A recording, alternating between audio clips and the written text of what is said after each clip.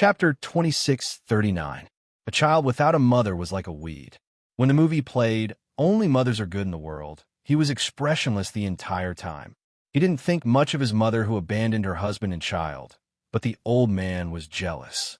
The old man knew that his marriage had failed, and his biggest fear was that his marriage had failed as well.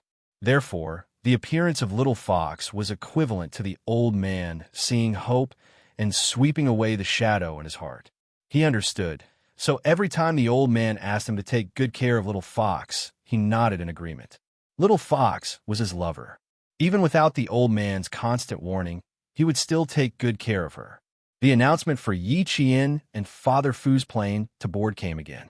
Commander-in-Chief Xia smiled and said, "All right, your wife and father-in-law have boarded the plane. I have to go too. Drive steadily. Don't drive too fast just because you're good at driving. Go home, go home. Remember to call Old Master." Commander-in-Chief Xia, who was in a good mood, waved at Xia Jinyuan, who was standing there waiting for him to pass through the security check. He carried his luggage and was followed by 2 security guards. He didn't use the special passage to pass through the security check directly. On the other hand, when the security guard saw Commander-in-Chief Xia's ID, he was shocked by the military rank and position on it. He hurriedly used the walkie-talkie to call for 2 security guards to escort Commander-in-Chief Xia into the airport. Xia Jinyuan saw this and couldn't help but shake his head and laugh. Old man Xia was a low-key person, but his military rank really couldn't make him low-key. It couldn't be helped. His military rank was too high, and he had too many military secrets. He had to be protected wherever he went. Just now, when his future father-in-law passed through the security check, he also saw the security guard's surprised expression. It was Little Fox who signaled him not to alarm the security guards. Only then did the father and daughter leave quietly. After Commander-in-Chief Xia passed through the security check, Xia Jinyuan didn't leave immediately. Instead, he stood in the airport for a while until he heard Commander-in-Chief Xia's plane start boarding. Then, he turned around and walked out of the airport. When Xia Jinyuan walked out of the airport, Yi Qian's plane took off. Father Fu, who was supposed to be sitting in business class, sat in economy class with her. The military had already booked Yi Qian's plane ticket. Father Fu booked a business class seat in the airport at the last minute. In order to sit with his daughter, Father Fu deliberately changed seats and explained it to the flight attendant. As the plane flew higher, Father Fu began to ask Yi Qian. Although the father and daughter had been reunited, this was the first time they had sat down together and talked about the past seriously. "It's okay. I became more sensible when I grew up, and I started a plan for myself." Yi Qian talked about Elder Jin, Principal Chun, and the unit that had always helped her in the depths of the village. "At that time, I only wanted to join the military. Grandpa Jin and Uncle Chun accompanied me to different parts of the country for training. One of them was a first-grade sergeant major, and the other was a world-class sniper. With the guidance of these 2 seniors, I've been improving. Later on, I met our captain, Captain Xia, and he led me into the sights of a leader in the military. After that, I didn't encounter any difficulties. Even if there were, with the help of our captain, Uncle Chun, Grandpa Jin, Lu Tuan, and Political Commissar Yin, I was able to get through it safely. Unfortunately, Grandpa Jin passed away. When he passed away very peacefully. Commander-in-Chief Xia even flew over from the capital to pay his respects. The provincial military sent a leader to preside over Grandpa Jin's funeral.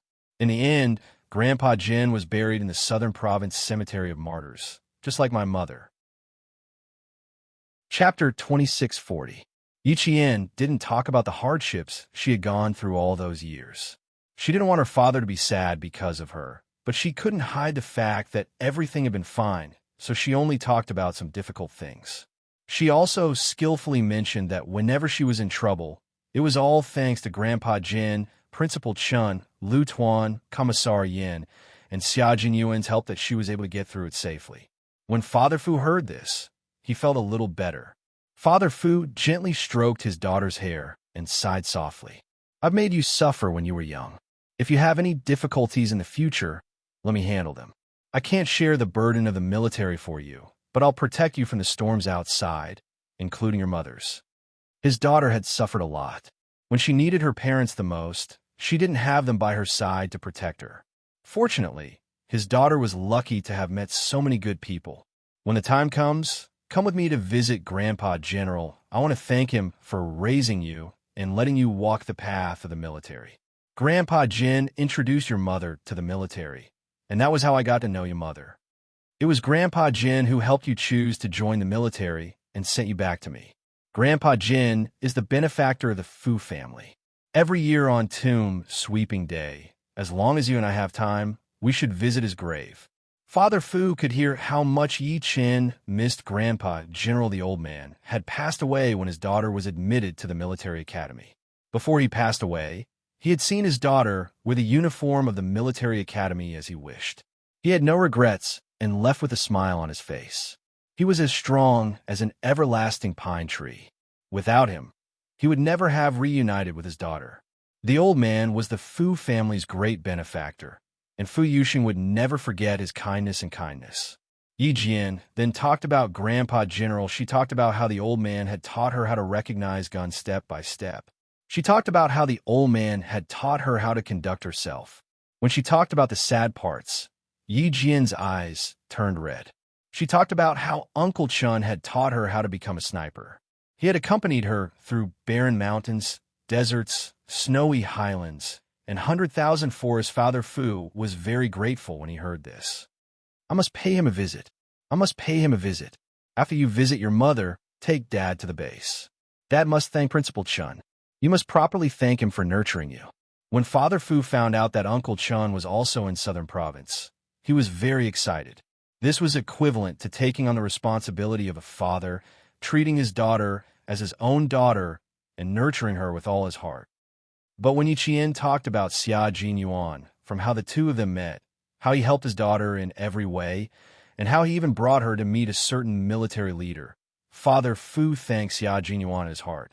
But at the same time, he was even more worried. The Commander-in-Chief's son is indeed very outstanding and has helped you a lot, but, daughter, I think Captain Xia seems to be a very serious person. Do you think he's a good person? At the mention of his beloved, Yi Qian's brows were naturally filled with gentleness. She nodded and smiled. A very good captain, just, upright, responsible, and an indomitable spirit. That was definitely the highest praise. Her lover was also worthy of such praise. Then, how do you treat your captain? Father Fu asked very carefully. He did not sound like a father asking his daughter, but like a friend asking a friend, how do you feel about him? Chapter 26:41. How did he feel about Captain Xia? Yi Qian sensed that something was not right. He felt like he was asking about something. Could it be that her father had discovered something? That was not right. She and Captain Xia had not done anything that would cause her father to misunderstand. They did not give themselves away either. It was unlikely that he had discovered anything. Then what was the reason for this question? Yi Qian's mind had already turned a few corners. He felt that this question was easy to answer, but also not easy to answer. The easy answer was that she should just admit her relationship with Captain Xia.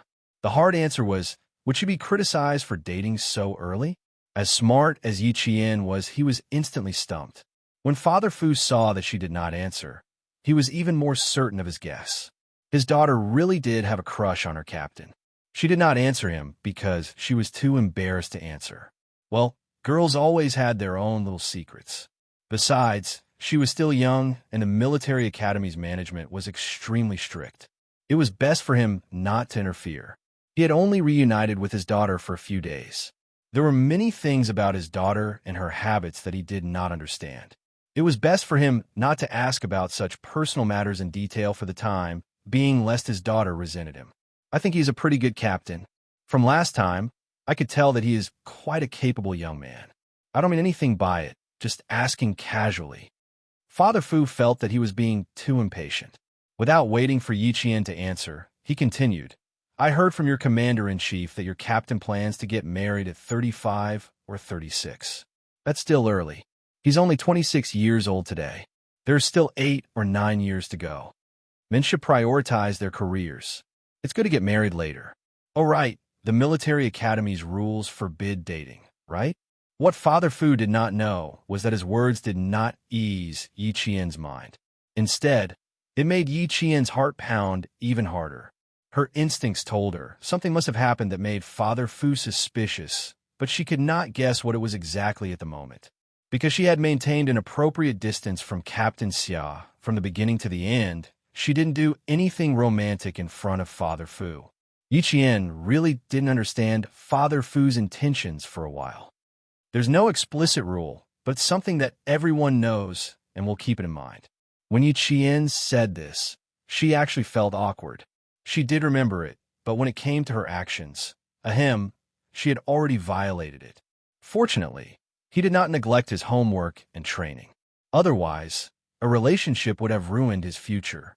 Mr. Fu nodded thoughtfully. Then he would be a bit more assured. Through less than 72 hours of interaction, he could see that his daughter was a very self-controlled and humble person. Although there was a sense of alienation between her brows, her eyes were as bright as the moon. His daughter had not been educated by her parents, but because of the care of so many kind-hearted people, she had become the daughter he saw today. Humble, capable, cheerful, polite. He could see all the good things in his daughter. Hongmei, do you see? Our daughter is so outstanding, so perfect. If you could see it with your own eyes, how good would that be? You're an opinionated child. Dad is very assured, very assured. Father Fu gently patted the back of Yi Qian's hand. Sleep for a while. Dad will wake you up when we arrive. He did not let Yi Qian see his sadness. He sighed very softly, so softly that it was almost inaudible. As a special forces soldier, Yi Qian had very sharp hearing. Although the sigh was soft, she still heard it. Chapter 2642.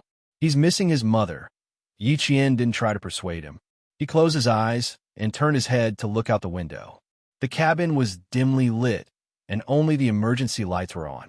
After a while, Father Fu's gaze fell on Yi Qian's side profile. His daughter's facial features were very similar to his wife's. When he looked at his daughter, he could always see his wife's face. He vaguely felt that his late wife was standing in front of him. Fu Yuxing, why did you give him such a bad name? Yuxing, is there an extra Yuxing? It's so bad. Yuxing, your name is actually pretty good. Yuxing, it's so smooth. I remember your name right away. Yuxing, you don't come out for training every day. Sometimes you're not even at night. Where have you been? Fu Yuxing, where have you been these past few days? I got first place last week. I wanted to tell you, but you weren't there when I came over. I'm so angry. Come over and coax me. If you coax me, I won't be angry anymore. I'll forgive you. Yuxing, is it bad for us to be in a relationship like this?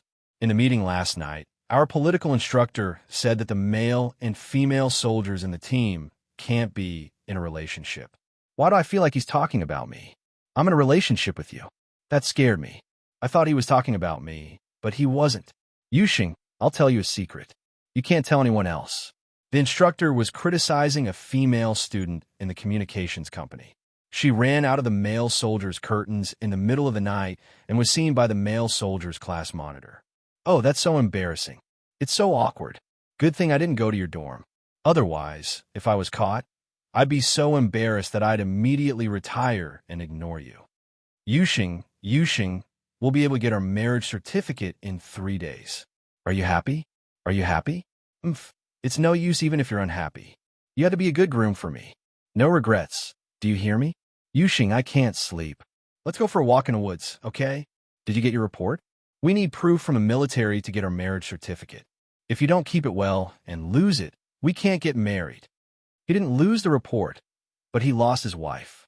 He had made the woman he loved most wait from dawn to dusk, from sunrise to sunset, day after day, year after year. And she had not waited for him to take the report and go with her to get the marriage license. She did not manage to find him. He had lost her. Looking at Yi Qian's side profile, Father Fu's eyes glistened with tears. He took out a piece of paper from the pocket near his heart. The paper trembled as he opened it. Even though the words on it couldn't be seen clearly due to the lack of light, Father Fu still read it very carefully. He was too familiar with the words on it, so familiar that he could recite them with his eyes closed. This was their marriage application report, and it was also the report that his late wife had told him to take good care of. Hongmei, I've been keeping it safe. Father Fu murmured softly, so softly that only he could hear him. But I lost you. I lost you. Tears fell from his eyes drop by drop. A few drops of warm tears even dripped onto the marriage application that Father Fu had kept for more than 20 years. After a while, Father Fu's soft voice drifted into Yi Qian's ears. I lost you, but our daughter is back. I saw our daughter. She's such a good child. She looks so much like you. Even her voice sounds like yours. Chapter 2643. At that time, this child didn't dare to come over because of her identity. I was the one who recognized our daughter first. Hongmei, don't you think I'm amazing? You said that I often disappear and can't be found all day long. I didn't want to, but I had no choice. I left when I said I would. How could I have the time to say goodbye to you? When I get to your grave, I'll apologize to you and ask for your forgiveness. Our daughter told me that you've been gone for more than 10 years. My heart hurts so much that it feels like it's been ripped out of my chest. My whole body is cold. Our father told me that I've already owed you for more than 20 years. I can't owe our daughter anymore. Otherwise, I don't deserve to be a man. Our father's scolding woke me up. Our father is right. I have to be well. I have to take good care of our daughter.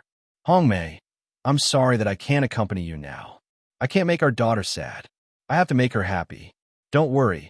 I'll take good care of our daughter. I also have to take good care of my body. I can't be a burden to our daughter. Hongmei, how long do you think it will be before we can meet again? 3 to 5 years? I think it'll be great if I can see you in 3 to 5 years. But I miss our daughter. Wait for me for a few more years. We weren't together when we were alive, but we have to be together when we're dead. Didn't you say that you're my woman when you're alive and my ghost when you're dead? Me too. We have to be together in life and death. For the past 20 years, Father Fu had developed the habit of chatting with his wife before going to bed. In the past, he would hold the photo and quietly lie on the bed alone to answer the questions that his wife had asked him all those years ago, questions that he couldn't answer himself. Sometimes he would talk about his work, what problems he had encountered, and how he was despised by the developed countries when he went abroad for an inspection. He was also looked down upon by others. As he examined his wife, he swore in his heart that he would do something big and not be looked down upon by others. Father Fu, who was used to talking before going to bed, didn't notice that Yi Qian, who was sitting next to him, had already clenched and unclenched her fists repeatedly. In front of her, she could hear that her nose was sore and she couldn't breathe normally. Gradually, Father Fu's voice disappeared, and the sadness in his voice faded. Yi Qian kept his head tilted to the side and used his ears to listen for any movements from his Father Fu. After 3 minutes, Father Fu seemed to have fallen asleep. Yi Qian had just heaved a sigh of relief when he heard Father Fu speak very softly. Hongmei, I'm sending my daughter to school tonight. It's my first time sending my daughter to school, so I'm a little excited. My daughter is easy to get along with, just like you. She's not completely like you. Our daughter is stronger and braver than you. Hongmei, I have something to tell you. I found out that my daughter has a crush on her captain. Children have grown up and have their own thoughts. I'm both happy and worried. She went to military school. How can she fall in love just because she wants to? How painful is it to have a crush on someone? I used to have a crush on you. Every day, I look forward to seeing you, even if it was just your back. Our daughter is so outstanding. Why would she have a crush on someone? Although her captain is indeed outstanding, tall and handsome, and he used to help our daughter a lot. Logically speaking, he should be a good match for our daughter. But I'm worried that it's our daughter's unrequited love. Yi Qian, crush? Her father thought that she had a crush on Captain Xia. Chapter 2644. At this moment, Yi Qian's expression was colorful. She had not yet walked out of her sadness, but Father Fu had already started to talk about another topic, and this topic was so ridiculous. Hongmei, our daughter has good taste, but I'm afraid she'll suffer. You haven't met our daughter's captain, right? He's quite a spirited young man, a rare young man. Although I don't know what his military rank is, judging by his abilities, he should be a major or lieutenant colonel. If not for his young age, he could even be a senior colonel. You have to persuade our daughter. Her captain is not easy to pursue. He hasn't been in a relationship since he was 26 or 27 years old. It's clear that he's a young man who can resist temptation. He's determined and won't be easy to win over. Our daughter is shy. Last time, I teased our father that she and her brother would hold one in their hands and hug another in their arms in a few years. That little face of hers was already red. I'm afraid it'll be difficult for her to take the initiative to pursue her captain. It's not good to have a crush on him. I have to persuade our daughter. Our daughter's captain doesn't look like a man who's easy to pursue. She can either fall in love with someone else or chase after him after graduation. She's still young now, and I don't approve of her pursuing her captain. Besides, by the time she graduates, her captain might already be married and have children. Our daughter has her principles, so don't worry. At that time, I'll introduce a few good men to her, and she can take her time to choose. That way, the crush in her heart will fade. The commander-in-chief said he'll only get married when he's 35 or 36 years old. How's that possible? The old man in the family will definitely be the first to stand up and disagree. The old man is already very old. After 80 years old, he lives one day at a time. He won't think about what happens after that. How can he accept his grandson getting married in 8 or 9 years? Our daughter is still young. It's totally possible for her to get married at 28 or 29. By then, her captain might already have 2 children. By then, Sai, why do you think our daughter has a crush on her captain? I didn't feel good when I saw that just now. Her captain's face was cold the whole time, while our daughter was smiling faintly like a lotus bud. My heart aches for our daughter. Isn't it too? To what? Father Fu didn't say anything else. The reason why he thought Lieutenant Colonel Xia could be considered as a son-in-law was because Lieutenant Colonel Xia hadn't been in a relationship at 26 or 27, so he turned a blind eye to the glances thrown at him by the girls around him. This matter really worried him. He wanted to find an opportunity to talk about it, but he was afraid that Yi Qian would be disgusted. But if he didn't talk about it, he was afraid that Yi Qian would be unrequited. For a moment, Father Fu was caught between a rock and a hard place. The tears on Yi Qian's face had yet to dry. She clenched and unclenched her fists. Previously, it was because she was sad, but this time, she was amused. She couldn't help but admire her father. He could actually make a person cry and laugh in a short 5 minutes. She was really having a hard time holding it in, very, very hard. Tears flowed from the corners of her eyes again. This time, they were not tears of sadness, but tears of uncontrollable laughter. She really didn't know why her father would think that she had a crush on Captain Xia. How could she let him have such a misunderstanding? Crush? Dad, you guessed wrong. Your daughter and her captain have been in a relationship for a long time. She has even received Commander-in-Chief Xia's approval and is already your future son-in-law. You said that if you want her to fall in love with someone else, perhaps in 3 to 5 years, Captain Xia would already be married and have children. Chapter 26:45. You really don't have to worry about this. Your daughter will graduate and go to the army in 3 to 5 years. She definitely won't have a child so early. But after 8 or 9 years, it's a bit hard to say. Maybe she'll have a child. Yi Qian held back her laughter in her heart. It was especially hard to endure, especially when she thought of Father Fu's words, "Daughter's captain doesn't look like a man that's easy to pursue." She used her nails to dig into the flesh of her palm. Only then did she suppress the laughter that rushed to her throat. Dad, your worries are groundless. That's not a problem. The son-in-law that you thought was pretty good has already become your future son-in-law. Well, since you said that it's not appropriate to fall in love now, and you're also against it, then I'll hide it from you for the time being. When the time comes, let your son-in-law directly make it clear. Yi Qian's heart once again grieved for Captain Xia.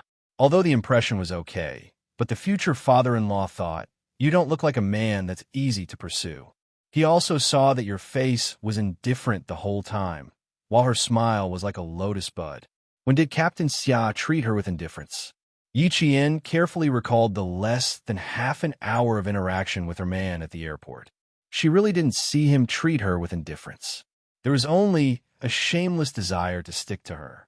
Indifferent? Dad, you really saw wrong. Father Fu had already finished chatting with his deceased wife. He carefully put the marriage application report back into his pocket. Yi Qian heard the rustling and then quieted down.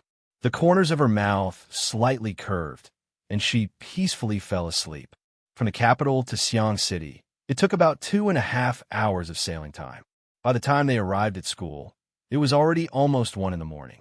Father Fu directly sent Yi Qian to the military school's main entrance.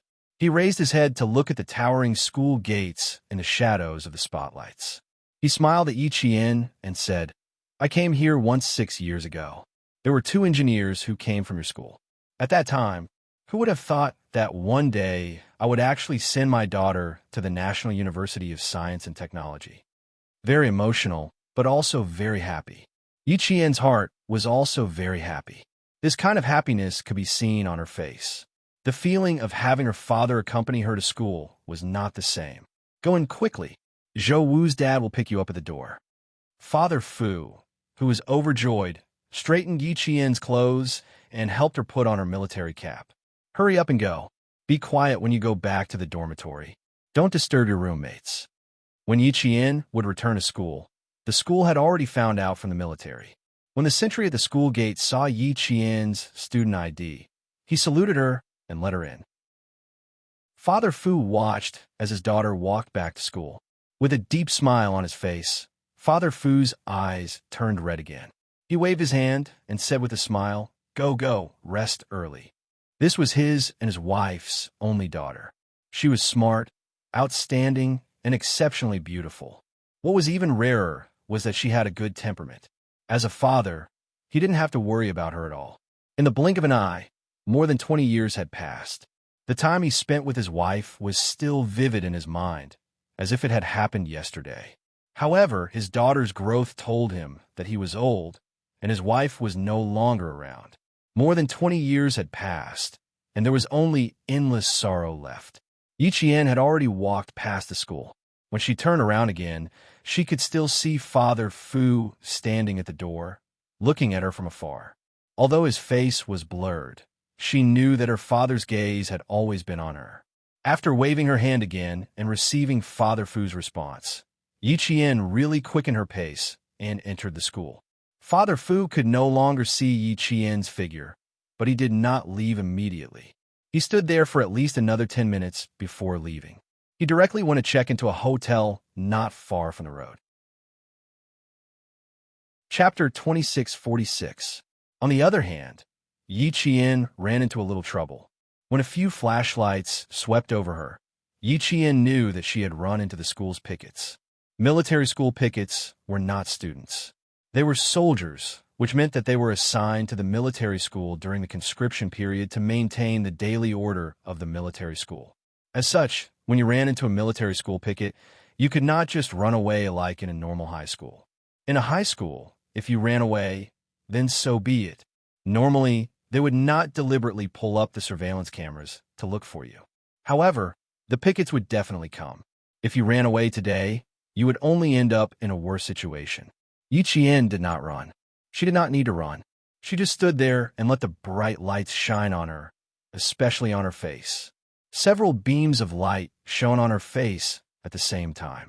It was so bright that she could not even open her eyes. She subconsciously raised her hand to cover her face. Put your hand down. You're already caught, and you're still covering your face. Is there any use in covering your face? Put your hand down. The leader of the pickets shouted. He was afraid that the student he had caught would run away, so he brought the other 5 members of the picket team over. When Yi Qian heard the leader shout, she had no choice but to put her hand down. Her eyes remained closed. Take out your ID. The leader ran over. The other pickets stood behind him, waiting for Yi Qian to hand over her ID. The leader ran over and recognized the student he had caught at a glance. Yi Qian was considered a popular figure in the school. She knew everyone from the first year to the 4th year, and the pickets knew her as well. Of course, most of them only knew her name, not the person herself. The leader of the pickets took the ID from Yi Qian and opened it to take a look. Oh ho! Yi Qian the first-year female soldier who had been very impressive since the beginning of the first year of university. When the leader saw that the student he had caught was Yi Qian, his expression turned even colder. Yi Qian, you're called the weather vane by many first-year students. You're still walking around the school this late. Did the sentry at the school gate just change shifts? The leader's expression turned even colder and more serious after he finished speaking. No, the sentry has already finished changing shifts. You didn't change shifts. Did you just return to school? Yi Qian was very cooperative. He nodded and replied politely, "We're not changing shifts. Our team is not on duty tonight. We just came back from home. Sorry to disturb you guys." The pickets were soldiers, and the relationship between the pickets and the military school students was always very subtle. Sometimes it was the thief versus the police. Of course, the thief was a student, while the police was a picket. Once the police caught the thief would definitely not fight back or curse back. After all, the police were in charge of maintaining daily order and had an imperial sword in their hands. This was Yi Qian's second time encountering a police officer. Even though the other party was aggressive, she still maintained her politeness. But tonight, she came back too late. Secondly, it was the end of the Labor Day holiday. Freshmen did not have any holidays at all, so they were all in school. She suddenly appeared at school in the middle of the night.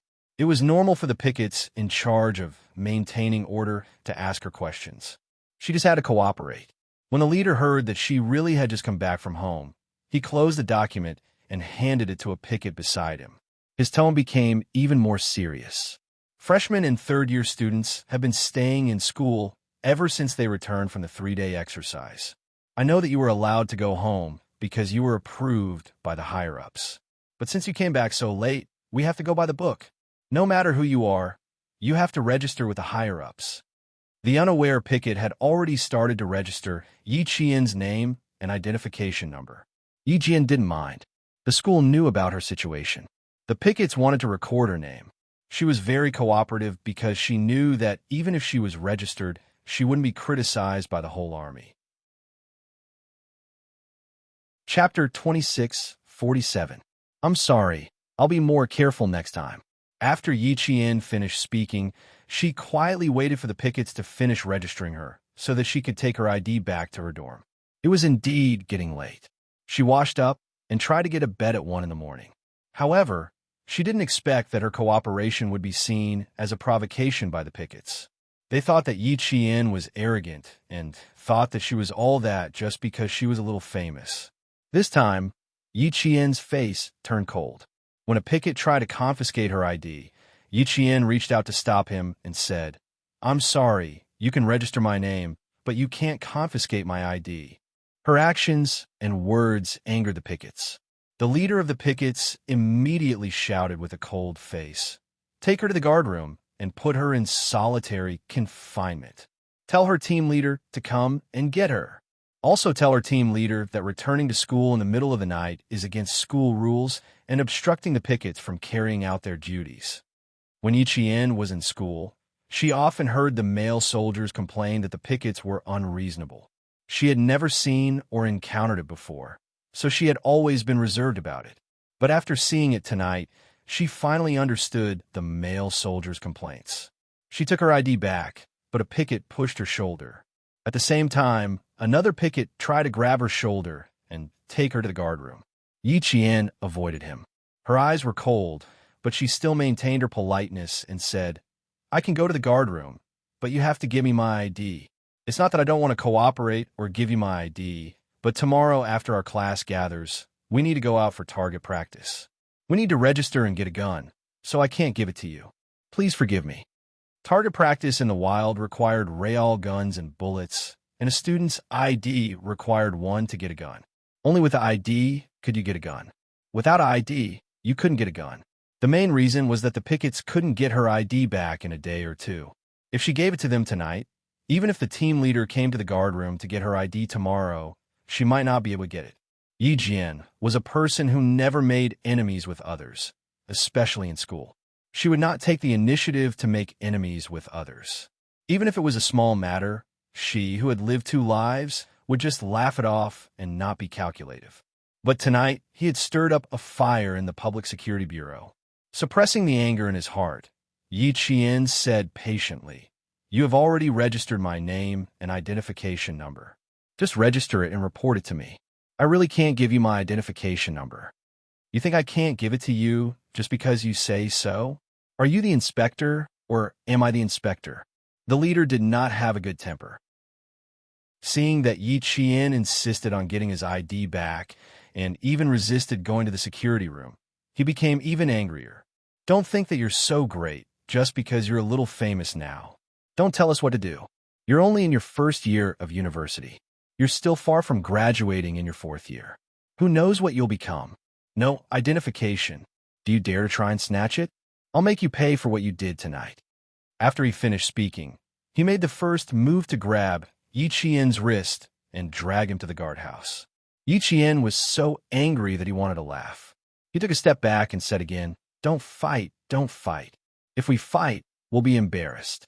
You Public Security Bureau members have your own duties. I understand, and I've cooperated. I didn't do anything to offend you.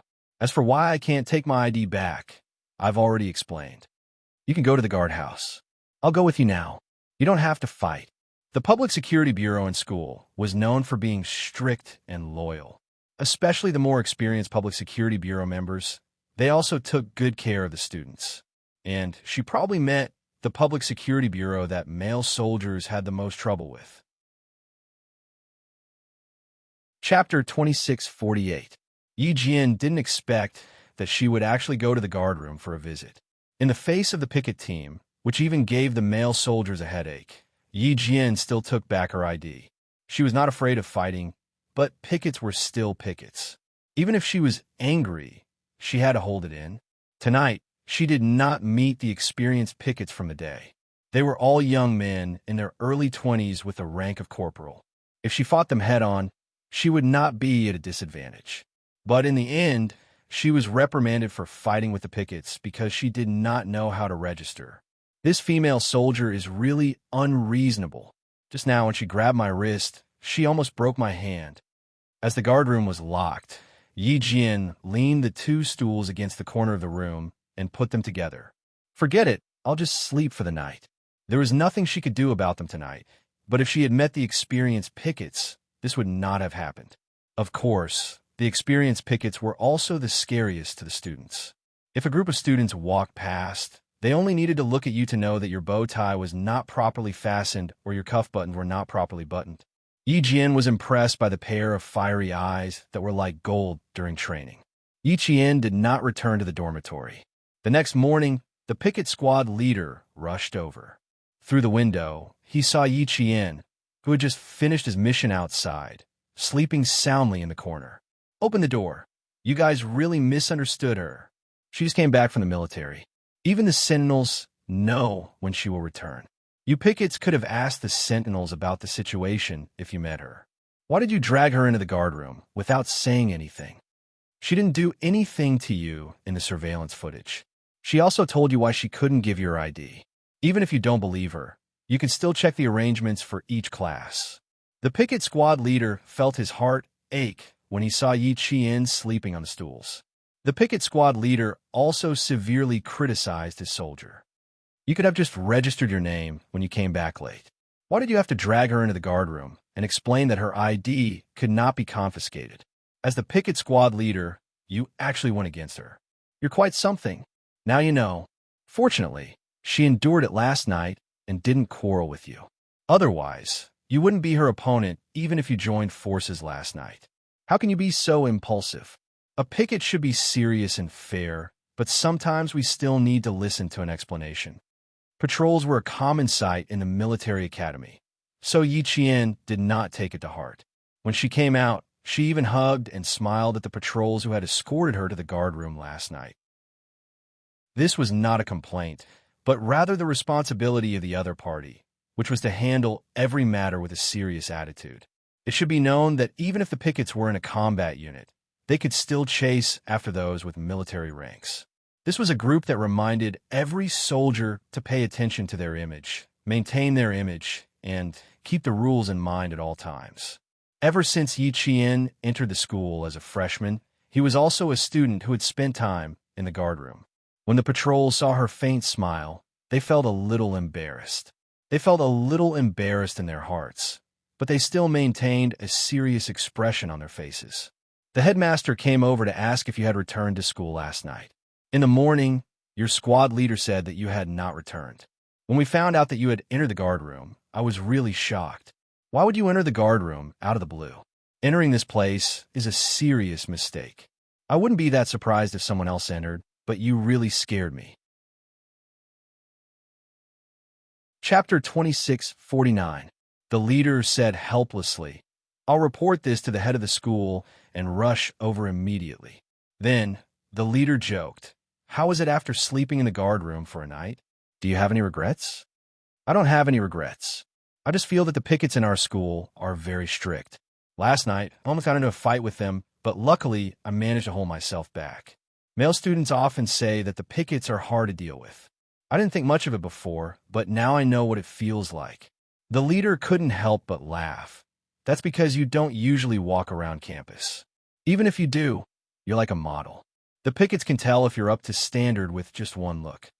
But you can't blame the pickets for this. Yi Qian, you're a smart student. I believe I don't need to say more to you to understand. The pickets have to be watched closely at all times to be able to control and restrain the students. Sometimes, when our students walk out of training and relax a little, their bad habits will be revealed. The pickets are responsible for watching them at all times and correcting the bad habits of the students one by one. For example, we all know that you came back to school in the middle of the night because of special circumstances, but the pickets don't know.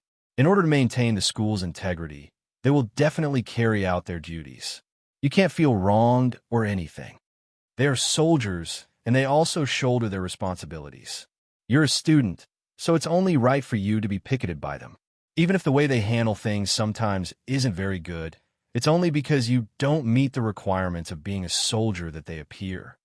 Do you think they usually make things difficult for students for no reason? No, they only focus on the matter, not the person. They don't purposely target you. Just like you, freshman Yi Qian. I believe the pickets have heard of your name, but they didn't let you off just because it was you. This shows that they handle things fairly. The leader had slept in the guardroom for a night because of Yi Qian. He was worried that Yi Qian would resent the pickets, so he was very careful to counsel Yi Qian so that he could relax. The school was already very lively at 6 o'clock in the morning. The deafening sound of exercises could be heard from the field. After the 1-week break, each class was immersed in a new round of learning. It was unknown which class the students were wearing the same summer fitness suits. They were shouting 1, 2, 3 in unison as they passed through the track under the shady forest and began their daily 3,000-meter or 5,000-meter morning run. Yi Qian listened to the familiar voice and waited for the team leader to finish speaking. She smiled and said, "I understand what you're saying and I don't feel wronged.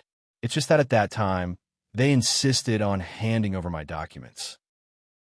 I tried to explain it several times, but it didn't work. At that time, I was really a little angry. But it hasn't reached the point where I need to quarrel with them.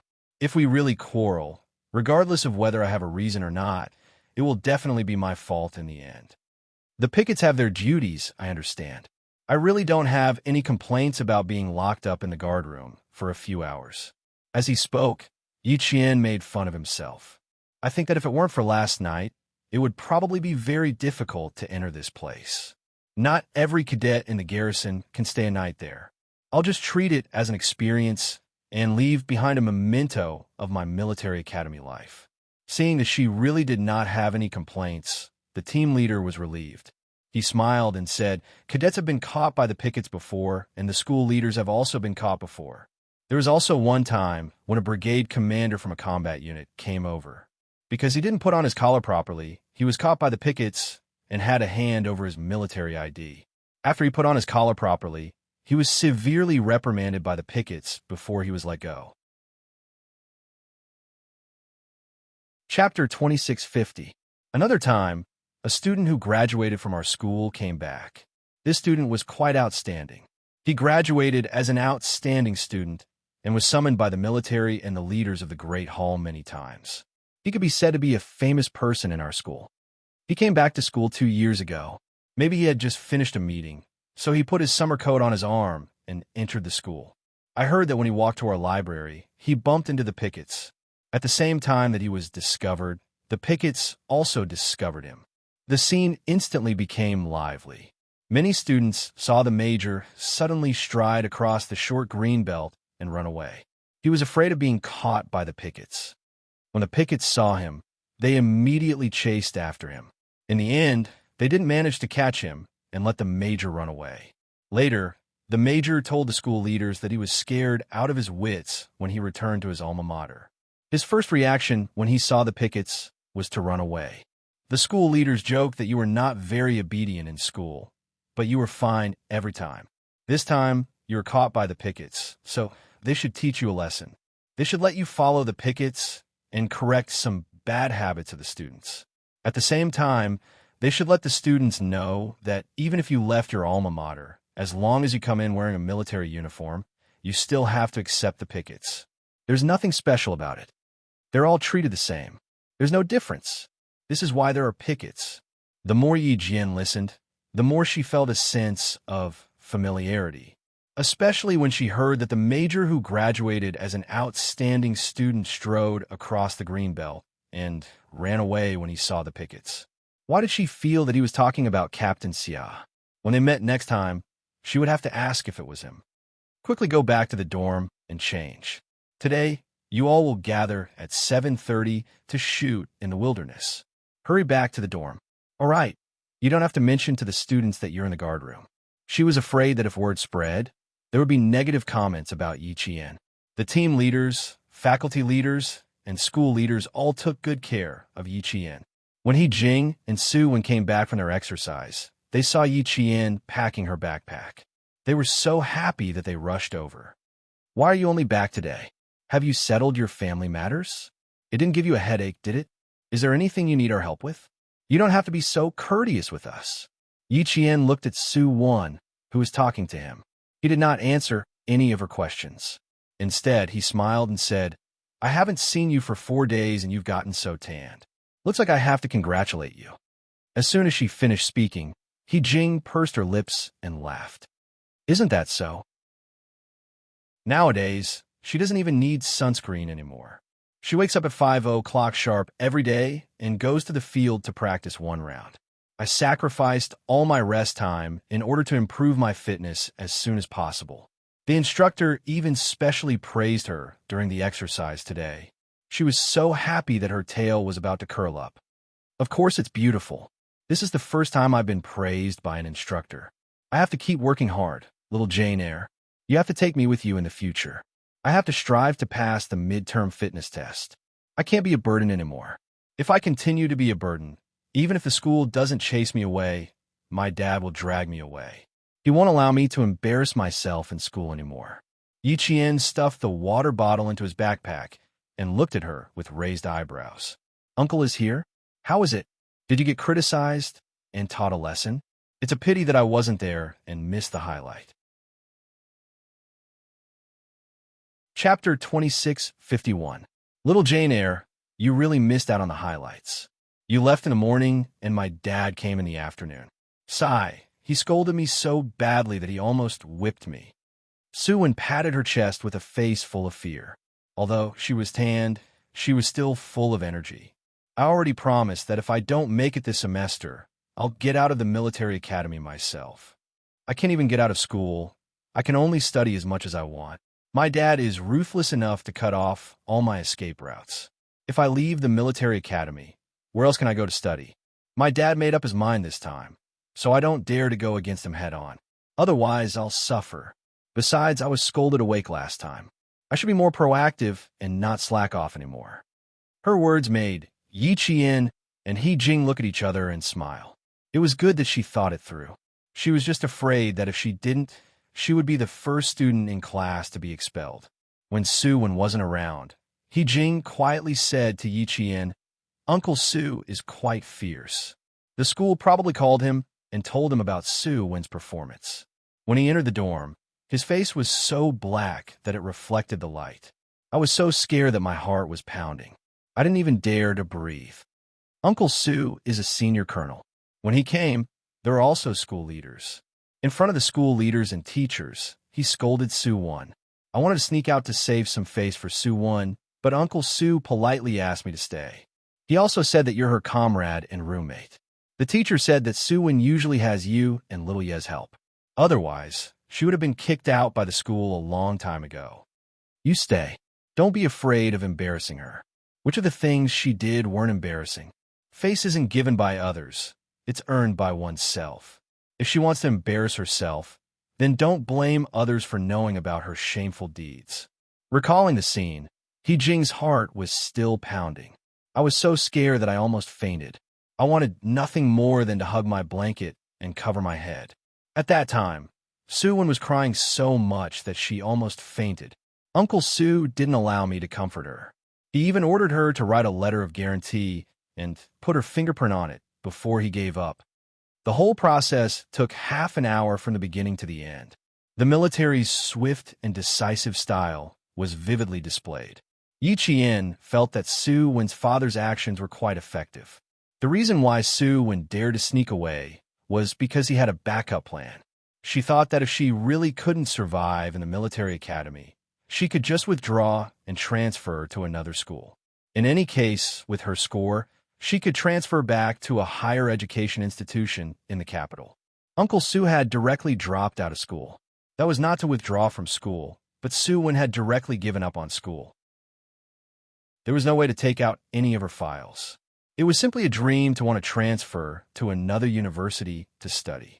It was simply impossible in her lifetime. Uncle Sue, you've made the right choice. Now that you've cut off her escape route, she can only immerse herself in training.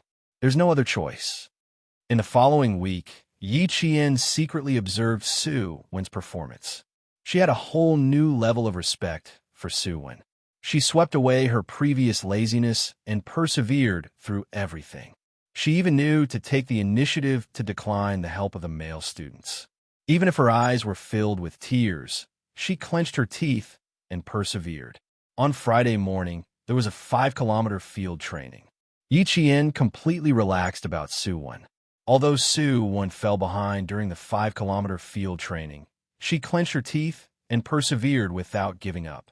Even the teacher said that if Sue-Won continued like this, she wouldn't have to worry about not being able to improve her physical fitness.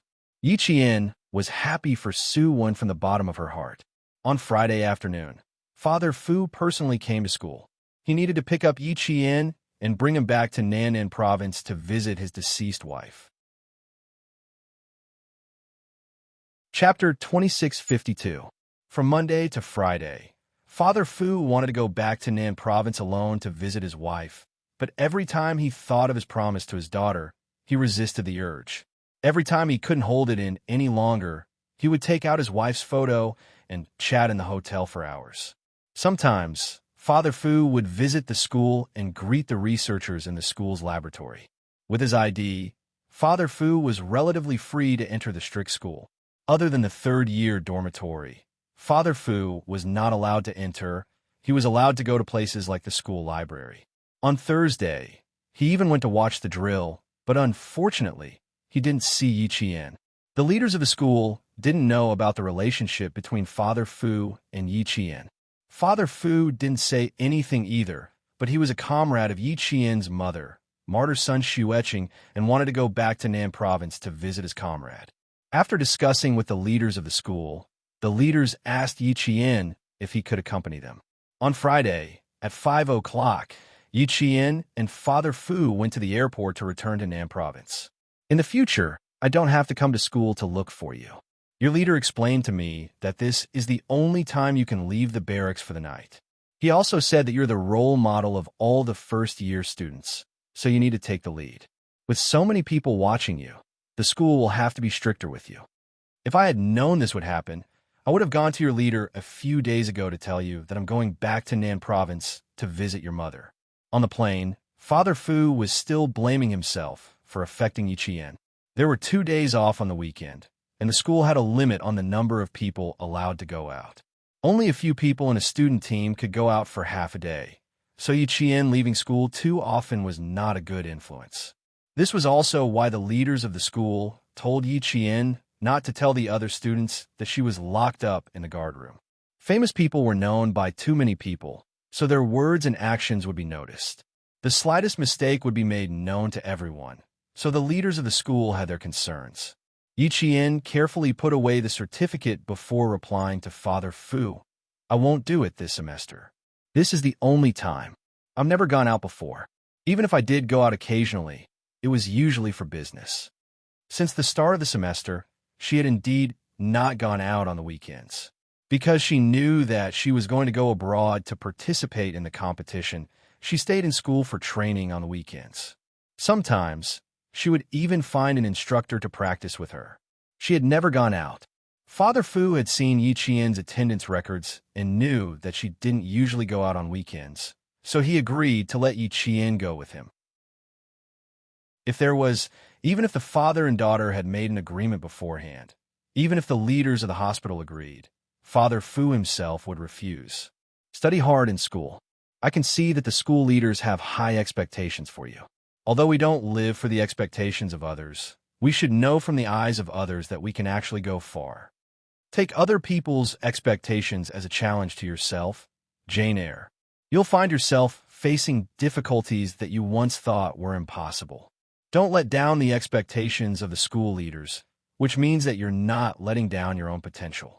If anything happens in the future, we can write letters to each other and see each other frequently. Father Fu smiled helplessly and shook his head. It's hard to see each other frequently. It's rare for me to have 15 days off. Once it's over, I'll have to go back to work.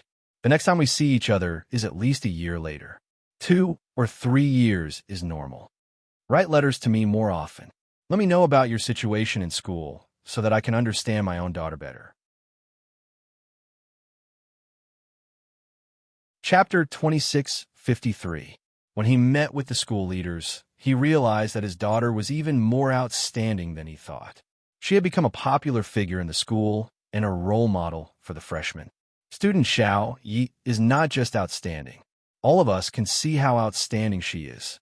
She is down to earth and has worked hard to become outstanding step by step.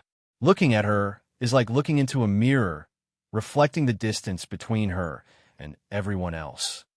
There are too many people paying attention to her. Her every word and action must be more rigorous than most people. It's not that Xiao Yi lives for the eyes of others, but it's because she can do better and be more outstanding. The words of the school leaders still lingered in his ears. Father Fu looked at his bright-eyed daughter and couldn't help but feel proud. This was his and Hong Mei's daughter. She was so outstanding that he was extremely surprised and proud of her. After having a daughter, he realized that he was no longer an exception. Knowing that his daughter was outstanding, he had to admit that he was very happy. Being outstanding was always better than being mediocre. He couldn't help but think that way. However, behind his happiness, Father Fu was faintly worried. Receiving too much attention wasn't a good thing sometimes. Yi Qian liked to listen to Father Fu's lecture because it was what she looked forward to the most. Hearing this, she nodded seriously with a deep smile in her eyes. She humbly replied, "Dad, don't worry. I've always known that I live for myself and work hard for myself. The reason others have expectations for you is because you can do even better. I can work hard to climb up, but even if one day I don't climb that high and don't stand on the highest peak, I won't be depressed because of it." That was exactly what Mr. Fu wanted Yi Jian to say. Hearing her words, the smile in his eyes deepened. "I'm relieved that you think that way. There are many outstanding people who are stuck at a dead end. In the end, because of a failure, they did not receive the praise of others or see the disappointment in others' eyes. What I'm worried about is that you're receiving so much attention at such a young age. If you disappoint people one day, I'm afraid that you won't be able to get over it. Now that I know that you understand, I'm really relieved." Yi Qian did not think that her father Fu was worried that she would be too stressed out and overthink things. At the same time, warmth flowed through her heart, and at the same time, she also knew how heavy a father's love was. Perhaps only parents would be so concerned about their children. He didn't want to be rich and powerful. He only wanted to live a peaceful life with many children and grandchildren. Yi Qian gently rested her head on Father Fu's broad, wall-like shoulder that could shield her from the wind and rain. She softly said, "No, there will never be such a day. For the people I love, for the people who love me, I will definitely protect my original heart. Just like before, I will never change." It was said that a daughter was her parents' intimate little jacket. Father Fu truly understood this at this moment. He lifted his hand and gently hugged Yi Qian's shoulder. He said kindly, "If you're outstanding, I'm proud of you. If you're mediocre, I'm also happy to have you. Jane Eyre, no matter what kind of person you become in the future, you will always be the pride of your parents. Your birth is the greatest pride of your mother and I." One day, when luxury truly existed, Father Fu no longer wished for anything else. He only wished that his only daughter could live a safe and sound life. He wished that she could return safely from every mission. The plane landed in Nan Province. Yi Qian immediately calculated the time and called Principal Chun, who had already returned to the dormitory to rest. Chapter 2654. Principal Chun of the sniper base had indeed just returned to his dormitory, but he was not idle. A few instructors came over to ask him a few questions. When the phone rang, Principal Chun was talking to a few instructors. Principal Chun did not even need to look at the caller ID to know who was calling. He picked up the phone with some surprise and asked with a smile, "Little Yi, you went out today?" Principal Chun did not have any relatives. Due to his identity, he had cut off all contact with his former comrades. After Lu Tuan retired from the army, he only contacted him during the day. It was the same for Political Commissar Yen. It was late at night, and it was a Friday night call. Principal Chun guessed that it was Yi Qian. Yi Qian could only contact Principal Chun when he was out. If he did not go out, he would be isolated from the rest of the world. Yi Qian did not even say goodbye to Principal Chun during the May Day holiday, and Principal Chun understood. Hearing the familiar voice, Yi Qian's eyebrows lit up. "Uncle Chun, I'll come over on Saturday night. I have a huge surprise for you." "You're in Nan Province now?" Her light and cheerful voice infected Principal Chun. In the eyes of the instructors at the sniper base, Principal Chun laughed heartily. "Sounds like it's a happy occasion. Of course, I already told you that it's a huge surprise. Of course, it's a happy occasion. Do you have anything else to do on Saturday night? If not, your time on Saturday night and weekend mornings may be taken up by me." "What can I do? What time will I come over on Saturday? Do you need me to send a car to pick you up?" Principal Chun was very happy to see Yi Qian. Even the wrinkles on his face, which had been hardened by the vicissitudes of life, were smiling. Father Fu watched as Yi Qian was in high spirits talking on the phone with Principal Chun, who had helped her a lot. He was like a father to her, and his eyes were filled with a kind smile the whole time. His daughter was a child who knew how to be grateful. Such a child was always kind and responsible. After talking about the time and chatting for a while, Yi Qian hung up the phone. His father would meet Uncle Chin tomorrow. The joy in Yi Qian's heart washed away the sadness of visiting Martyr's son, Xu Etching, at the Martyr's Park tomorrow. Father Fu was also happy to see his daughter happy. On Saturday morning, around 5 a.m., Yi Qian and Father Fu went to the flower shop that was already open for business. When Yi Qian took out 5 bouquets of white chrysanthemums, Father Fu said in a low and hoarse voice, "Take some yellow chrysanthemums. Your mother loves yellow chrysanthemums the most. Also, take a bouquet of red roses. Once, your mother asked me when I could give her a bouquet of red roses that Westerners love." Yi Qian's heart trembled when he heard this. It was not over yet, but Papa was already heartbroken. They bought 4 bouquets of white chrysanthemums. 2 bouquets were placed in front of the memorial, and 2 bouquets were placed in front of Uncle Jin's grave. Then, they bought a bouquet of yellow chrysanthemums and a bouquet of red roses. Yi Qian also bought a bouquet of carnations. These were flowers that she wanted to give to her mother. With 7 bouquets of flowers, the father and daughter, who were both wearing military uniforms, headed to the Martyrs' Cemetery. At around 6 a.m., the father and daughter each placed a bouquet of white chrysanthemums in front of the Martyrs' Cemetery's monument. The monument was engraved with the words, "Eternal glory to the martyrs of the Revolution." After placing the two bouquets of white chrysanthemums, the father and daughter raised their hands at the same time and saluted towards the monument. The people who were buried here were all martyrs who had sacrificed for the country. The father and daughter saluted in their military uniforms to show their respect for the martyrs. "Let's go." Father Fu put down his arms and walked around the monument with the bouquets of white chrysanthemums and yiqian in his hands. Chapter 2655. The southern province was a place of revolution. The martyrs' cemetery was quite grand.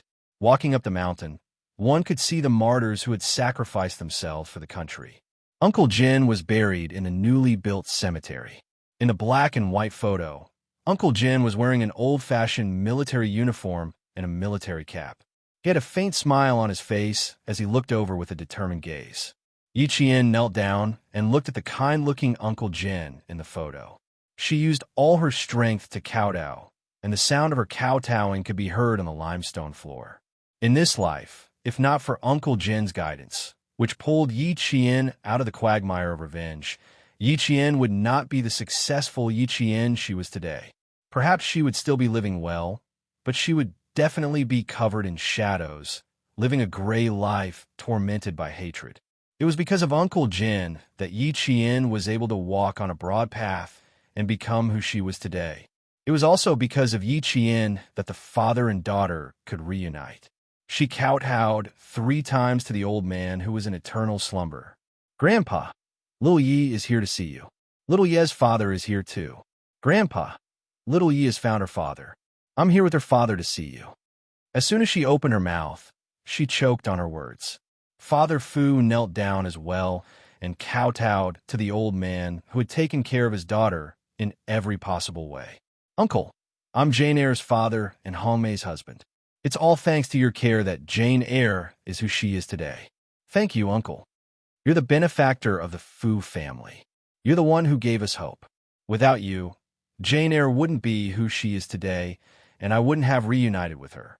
"Thank you, Uncle." Father Fu was meeting Uncle Jin for the first time, so he was very respectful. He kowtowed heavily with every sentence he spoke. The old man was no longer in this world, so he had no other way to show his filial piety. He could only kowtow to express his gratitude from the bottom of his heart. After the father and daughter finished kowtowing, they stood up and bowed deeply in front of Uncle Jin. "Grandpa, I'm going to visit Mom with Dad. Little Yi will come to visit you next time." Yiqian looked at the old man in the photo. The old man was looking at her with a smile. Just like every time she left the village, the old man always straightened his back and looked at her kindly and encouragingly as she left the village step by step. "Goodbye, Uncle. Next time, Junior will bring my daughter to visit you." Filled with gratitude, Father Fu thanked Uncle Jin again before he left with Yiqian. After paying their respects to Uncle Jin, Yiqian and Father Fu's hearts were heavy. As they walked up the long stone stairs, Yiqian started to talk about Uncle Jin's life story. He wanted to let Father Fu know more about Uncle General Father Fu listened to her for a long time. A hint of doubt flitted across his mind. He asked, "You only got together with your parents in junior high. What about before that? Who adopted you before you were 14? Since Dad has returned to the southern province, after I visit Principal Chun, Dad will go and thank the family who adopted you." When he asked this question, Yiqian's expression stiffened. That's right.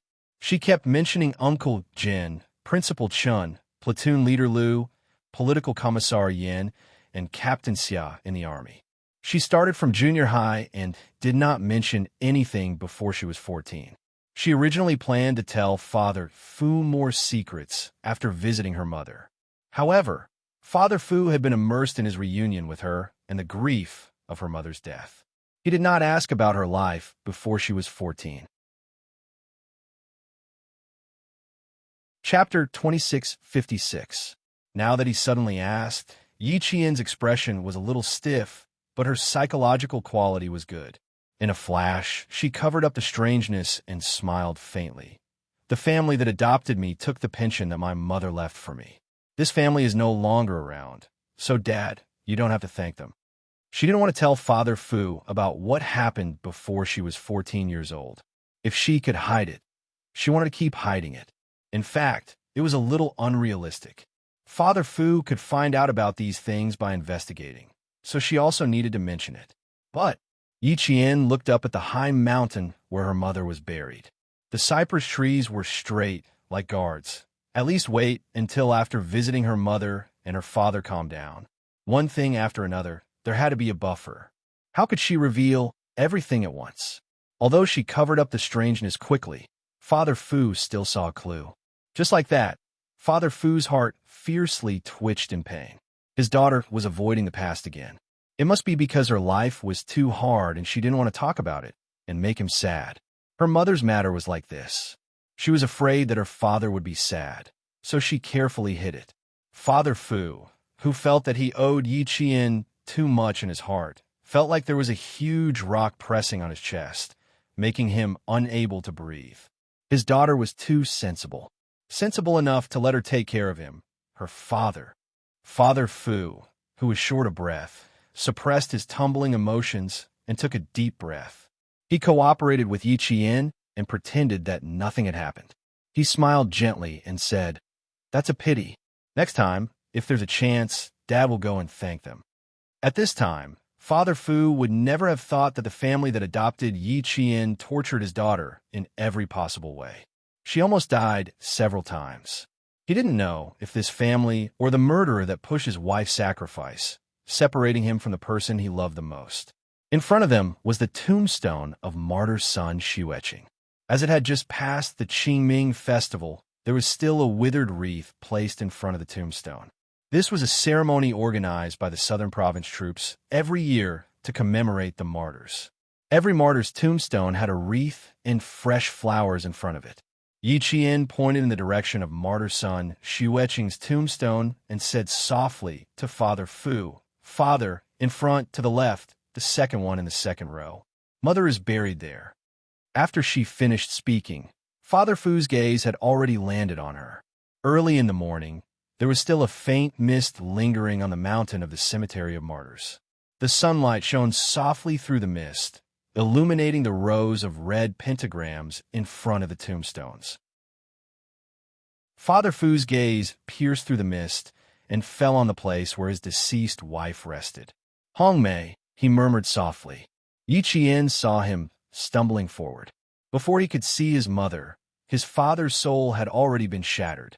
The greatest sorrow was nothing more than a dead heart, nothing more than all the tears that were stuck in the heart, unable to flow out no matter how much they flowed. If the heart was dead, how could there be tears? She had already gone with him, so how could there be tears? After more than 20 years, Fu Yuxing finally saw the only woman he had ever loved in his life, the only wife he had ever loved. He stumbled a few times and looked like he was about to fall. Yi Qian, who was holding a carnation in her hand, chased after him and supported Father Fu's arm with one hand. "Father, slow down, don't fall." Her nasal voice was heavy, and it was obvious that she was about to cry. "Good girl, don't support me. I'll walk over to see your mother myself." This time, Father Fu firmly withdrew his hand. He wanted to walk over to see his wife himself. Even if he fell, he wanted to crawl over to see his wife. Chapter 26:57. 1 step, 2 steps, 3 steps. He got closer and closer. Through the mist and sunlight, Fu Yuxing finally found the wife he had been searching for more than 20 years. It was not a living wife, but a cold tombstone. Fu Yuxing approached his late wife's grave and finally saw his wife. He saw the black and white photo of his late wife. He saw the smile that had not faded. Her voice and appearance were still there, but they were worlds apart. Thump! Meeting her after more than 20 years made Fu Yuxing kneel down. His knees hit the bluestone hard. Even though it was painful, it was not as painful as the pain in his heart. "The tomb of the martyr's son Xueqing," Fu Yuxing murmured softly. It turned out that his late wife's name was not Hongmei. Like his comrades, she had her own code name. On their marriage applications, their spouses' names were all Hongmei. Hongmei stood proudly in the snow. It turned out that this was his late wife's real name. It took him more than 20 years to even know his late wife's real name. Hong Mei. Xueqing, Yuxing is here. Yuxing is here to see you. Xueqing, your Yuxing is here to see you. This kneeling took all of the strength of this unyielding man. With this kneeling, he broke his obsession of more than 20 years. His wife, his lover. She had waited her whole life for his return. Until her death, she had not waited for the man named Fu Yuxing to marry her. His calloused fingers that were no longer young gently caressed the photo of the martyr's son Xueqing. In the photo, the martyr's son Xueqing was smiling like a flower. She had always maintained the beauty of a young woman in her 20s. The corners of her mouth were slightly curved, and there was a hazy and gentle smile. Fu Yuxing loved the smile on her face. It was so beautiful that it made people's hearts feel sweet. His mind was always filled with the smile of his wife when she was young. Standing among the green mountains and clear waters, under the blue sky and white clouds, she was wearing a loose-fitting military uniform. Her slim waist was tied with a dark brown belt, and she wore an old-fashioned military cap. Her short hair was tied up on both sides with rubber bands. She waved at him as she walked. Yuxing, Yuxing, Fu Yuxing, I'm here. I'm here. She said she was here. Every time he turned back to look, no, his wife, his lover was not there. There was only her laughter in his ears. It was crisp like the chirping of birds in the forest in the morning, echoing in his ears. Yuxing, Yuxing, I'm here. I'm here. She said she was here, but he couldn't find her. No matter how hard he tried, he couldn't find her. He lost her. Fu Yuxing, Xueqing, Xueqing, Xueqing, Xueqing, Xueqing, Xueqing, Xueqing. Xueqing, Xueqing, Xueqing, Xueqing, and Xueqing, Xueqing, Xueqing. In his dreams, Fu Yuxing had a recurring dream where his wife was calling out Yuxing behind him. Whenever he turned around, all he could hear was her laughter. He was surrounded by a thick fog. No matter how hard he searched, no matter how hard he ran, he could not hear her voice. It sounded like she was right next to his ear, but it also sounded like she was far away. No matter how hard he searched, he could not find his wife. Hong Mei, I've missed you for more than 20 years. I've thought that you must hate me for going missing, hate me for leaving without a word, hate me for betraying you. So, you've been avoiding me, unwilling to see me. Chapter 2658. Hugging the cold tombstone, Fu Yuxing's wrinkled face, which was no longer young, gently pressed against it. It seemed that this was the only way to hold his wife in his arms. His low and shallow voice slowly drifted over. It was filled with sorrow and longing, and it blew into the distance along with the wind. I thought about it, and thought about it every day. I thought about how I would greet you when I found you one day. Would I have the courage to open my mouth? I thought about whether you had already forgotten about that man called Fu Yuxing. Did you hate him so much that you couldn't wait to cut him into pieces to vent the hatred in your heart? I'm waiting. I've always been waiting. No matter how you treat me, I won't fight back. I'll gladly endure it. Hong Mei, Xueqing, my wife. Come over and hit me, scold me. A soldier knelt in front of his wife's grave, hugging the cold tombstone. That year, for the country, for the responsibility he shouldered, in order to prove his innocence, he maintained a calm head in the face of the military's investigation for more than a year. But because of this, he let down his lover. At this moment, the major general who had made great contributions to the country's military strength hugged his late wife's tombstone. All of his sorrow, all of his grievances, and all of his longing for more than 20 years were released at this moment. The sorrow was so strong that even the sun couldn't dispel it. It was so strong that even a morning breeze resonated with it. The tall and mighty soldier who had faced the difficulties and disdain of other countries when he had gone abroad to study could pat his chest and say that he had lived with a clear conscience for more than 20 years. However, facing the photo of his late wife and hugging the cold tombstone, he knew that the only person he had let down in his life was his wife. He had lived with a clear conscience for more than 20 years. He had lived with a clear conscience for more than 20 years. Yi Qian, who was kneeling in front of the tombstone, saw her father kneeling and hugging her mother's tombstone. His voice was hoarse as he spoke. Tears of blood could not express the sorrow in the depths of her father's heart, nor could he express his longing for her mother. Although her mother had passed away, her father had finally found her. He had finally fulfilled her father's wish of more than 20 years. He had fulfilled her father's obsession for more than 20 years. He didn't disturb her. At this time, he couldn't disturb her, let alone persuade her. After 20 years of persistence, he only saw a cold tombstone. The hope in his heart suddenly collapsed. Every year, every minute, and every second of his longing shattered at this moment. Her father needed to clean up all the broken sadness and talk to her mother more. Even if he had to hug the cold tombstone, it was better than waiting hopelessly. "Mom, did you hear that? You must have heard it. Your daughter has brought Father here to see you.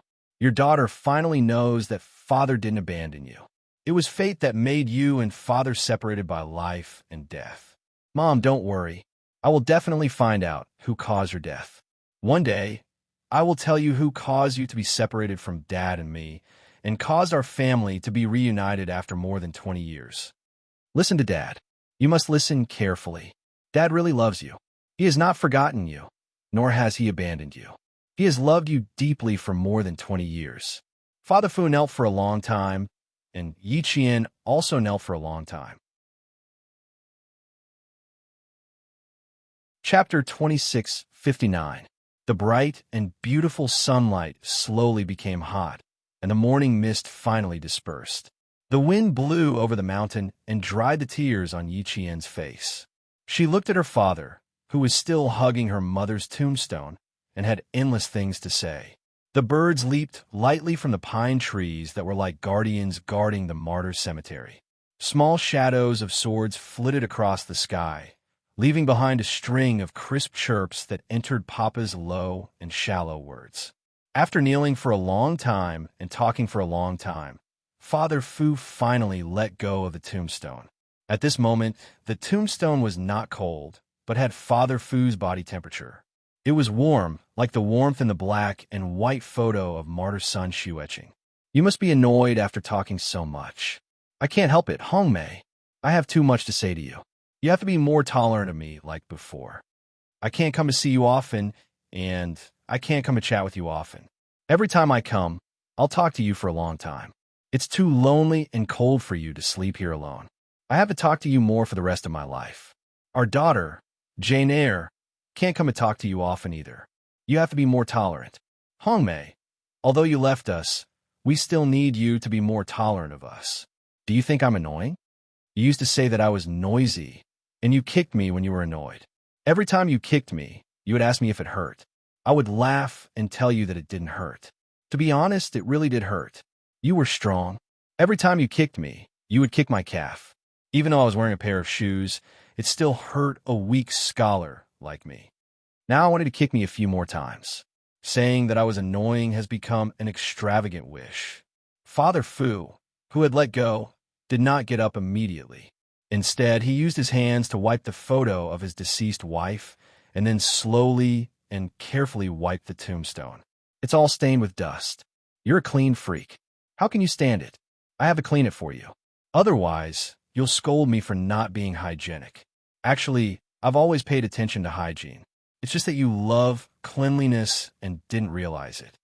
Father Fu cleaned it very well. Even the words, martyr son Shu Etching's tomb, and the words, when was she born, and when was she sacrificed, were wiped clean with his fingers. After everything was done, Father Fu looked at Yi Qian, who was still kneeling. He smiled at his daughter and said to his late wife, Hongmei, look at your silly daughter. She knelt with me for as long as I knelt. Even if I have to kneel for a few days and nights, that's what I should do. But our silly daughter couldn't bear to leave me, her father, and insisted on accompanying her. This child is smart, but also honest. Isn't he like you? Once you've made up your mind, you'll keep walking. No matter who calls you, you won't waver.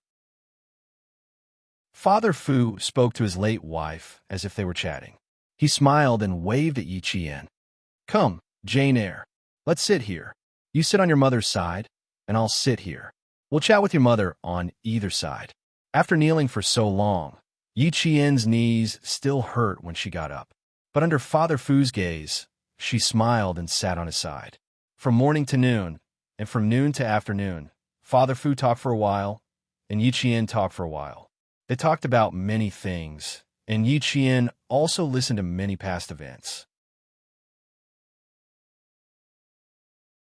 Chapter 2660. She knew how her parents had met and how they had fallen in love. She also knew that her mother had dragged a male soldier to the shooting range because he kept provoking her. She had used 10 guns and 100 bullets to shock the male soldier. After that, he had never dared to say things like female soldiers are not good enough. She also knew that her mother had looked gentle when she was young, but in fact, she had a very stubborn personality. She knew that she did not pass the cultural test, but every day after training, she would use a flashlight to study until late at night.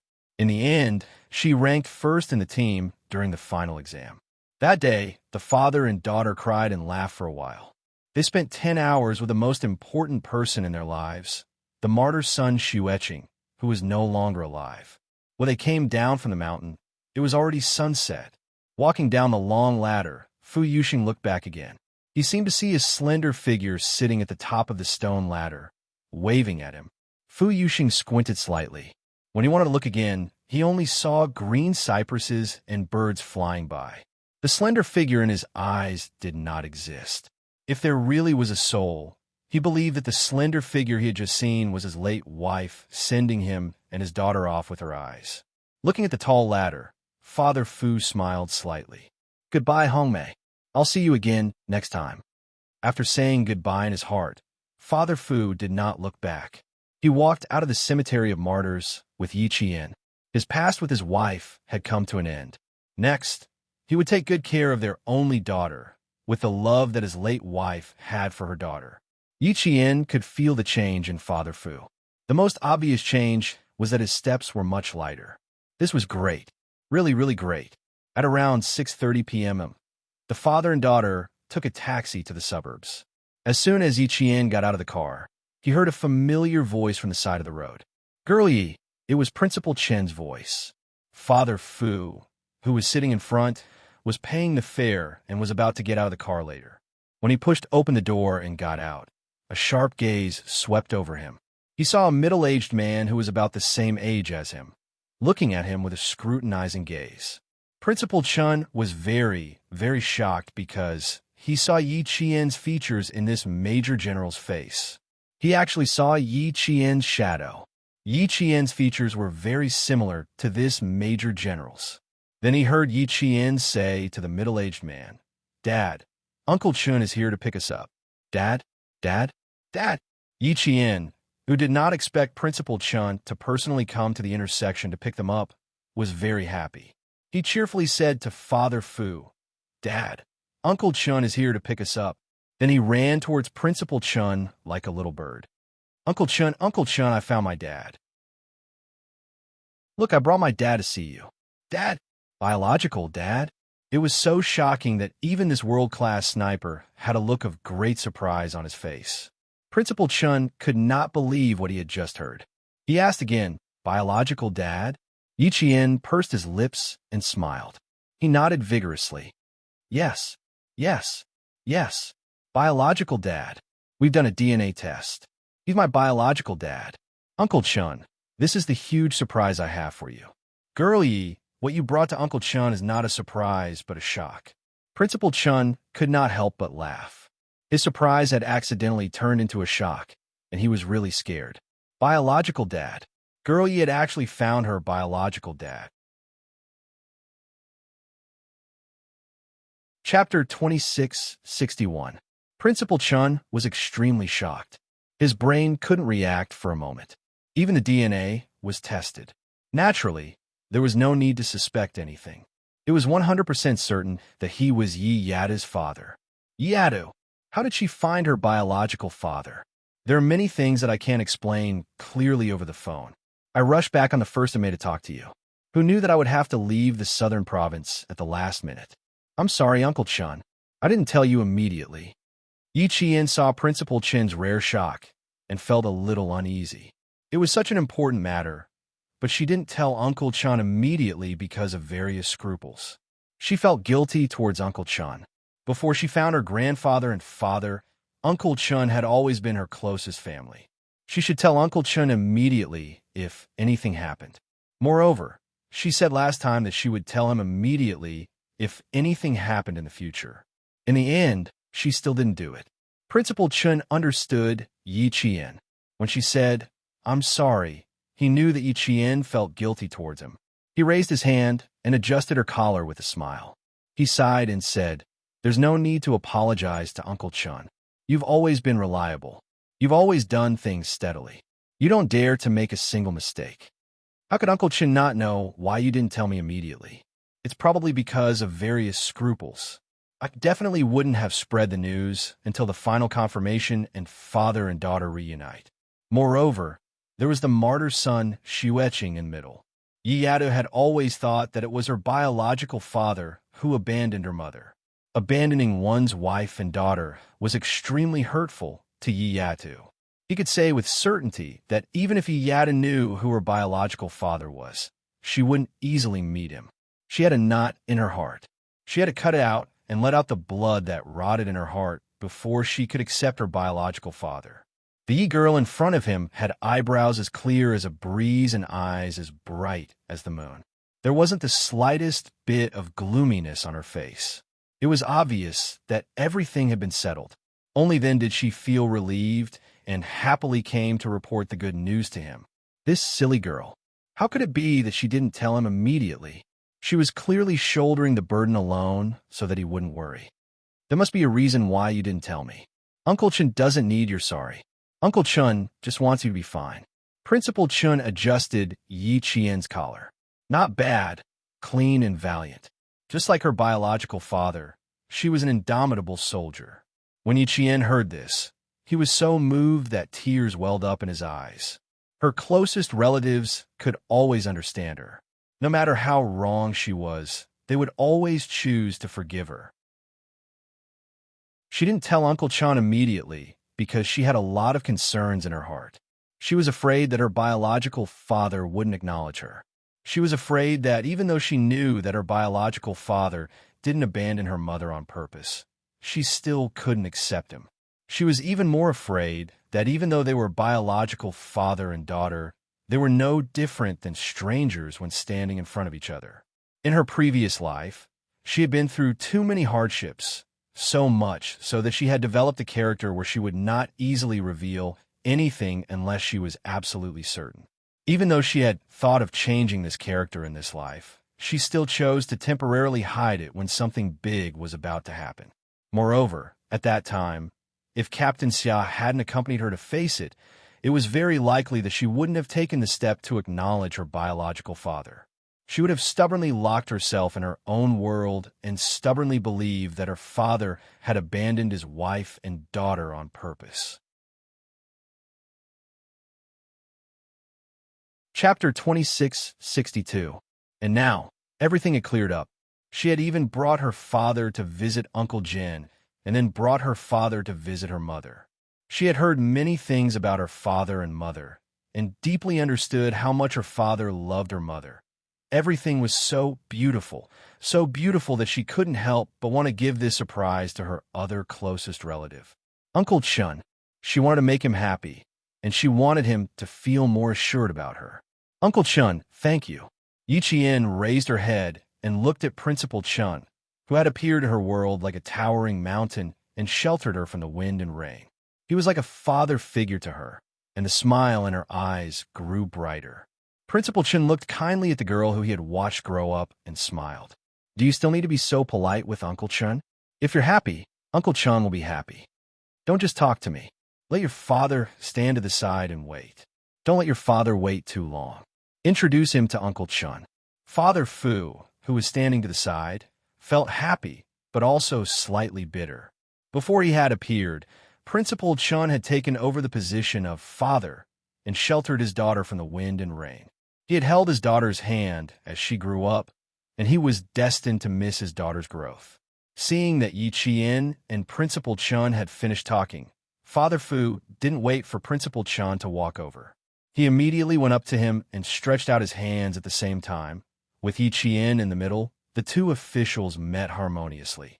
Father Fu came with great sincerity. Even though he was a major general, he was very respectful to Principal Chun. Principal Chun couldn't help but nod in his heart. Yi Qian was a child taught by his uncle, who shared the same roots as him. They could accept that the weak girl had grown into a big tree that could withstand the wind and rain. They could accept that the girl had gone through the wind and rain and had trimmed off the unnecessary twigs, but they definitely couldn't accept that someone would hurt the child they had raised. To Principal Chun, Yi Qian was like his own daughter. Seeing Father Fu's elegant yet cold temperament, Principal Chun already had a good impression of Father Fu. Along the way, Principal Chun was already happy for Yi Qian. "You're too kind. Little Yi is a child who deserves our kindness. She's outstanding and kind.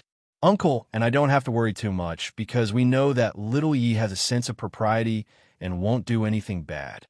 In the car, Principal Chun still talked about Yi Qian's situation the most.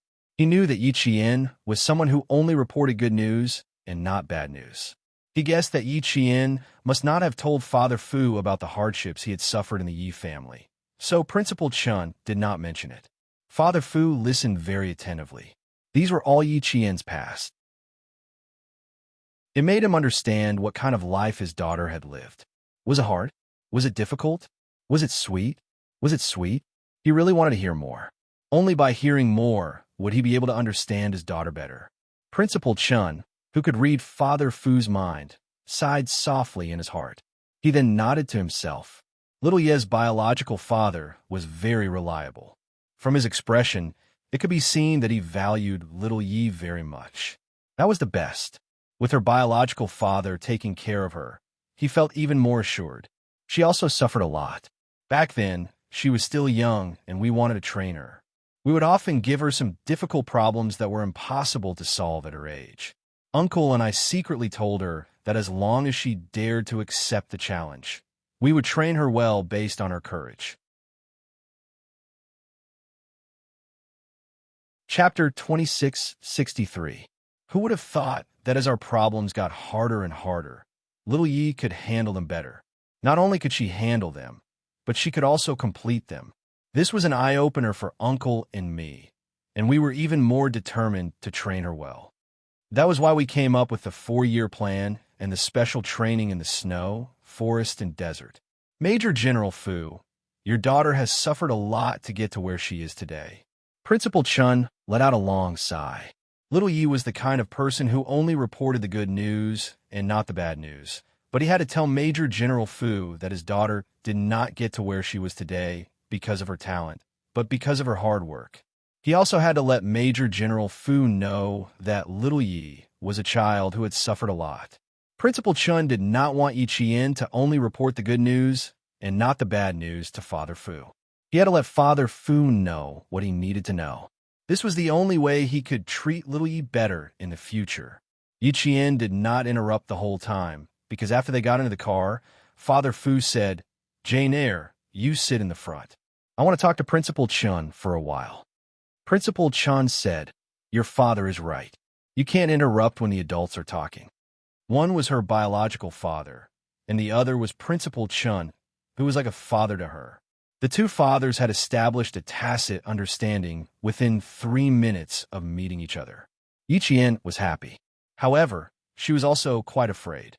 She was afraid that Principal Chun would tell Father Fu everything about her past and make Father Fu, who had been sitting in front of her mother's grave the whole day, sad again. Along the way, Yi Qian's heart was in a mess. Her heart was in a bumpy ride, and she did not feel at ease for even a second. She listened to Principal Chun talk about her past training, the dangers she had encountered during the training, and how he and Uncle Jin had deliberately increased the difficulty to see if she could complete it. The corners of her mouth curled up slightly.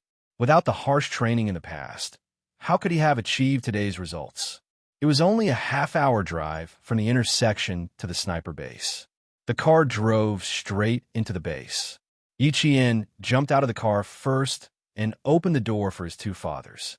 At the same time, he said with a smile, We're finally out of the car. I was really worried that I would get a heart attack if we continued chatting. What? Are you afraid that Uncle Chun will speak ill of you? After getting out of the car, Principal Chun laughed heartily and chatted with Father Fu. He was a knowledgeable major general with his own opinions. What was even rarer was that he loved Yi Qian to the bone. Yi Qian blinked and playfully said, "I'm not afraid of you saying bad things about me. I'm just afraid that you'll say that I'm insensible and annoy you." Clever. Go to the cafeteria and bring the hot food here. After dinner, I want to have a good talk with your father about you.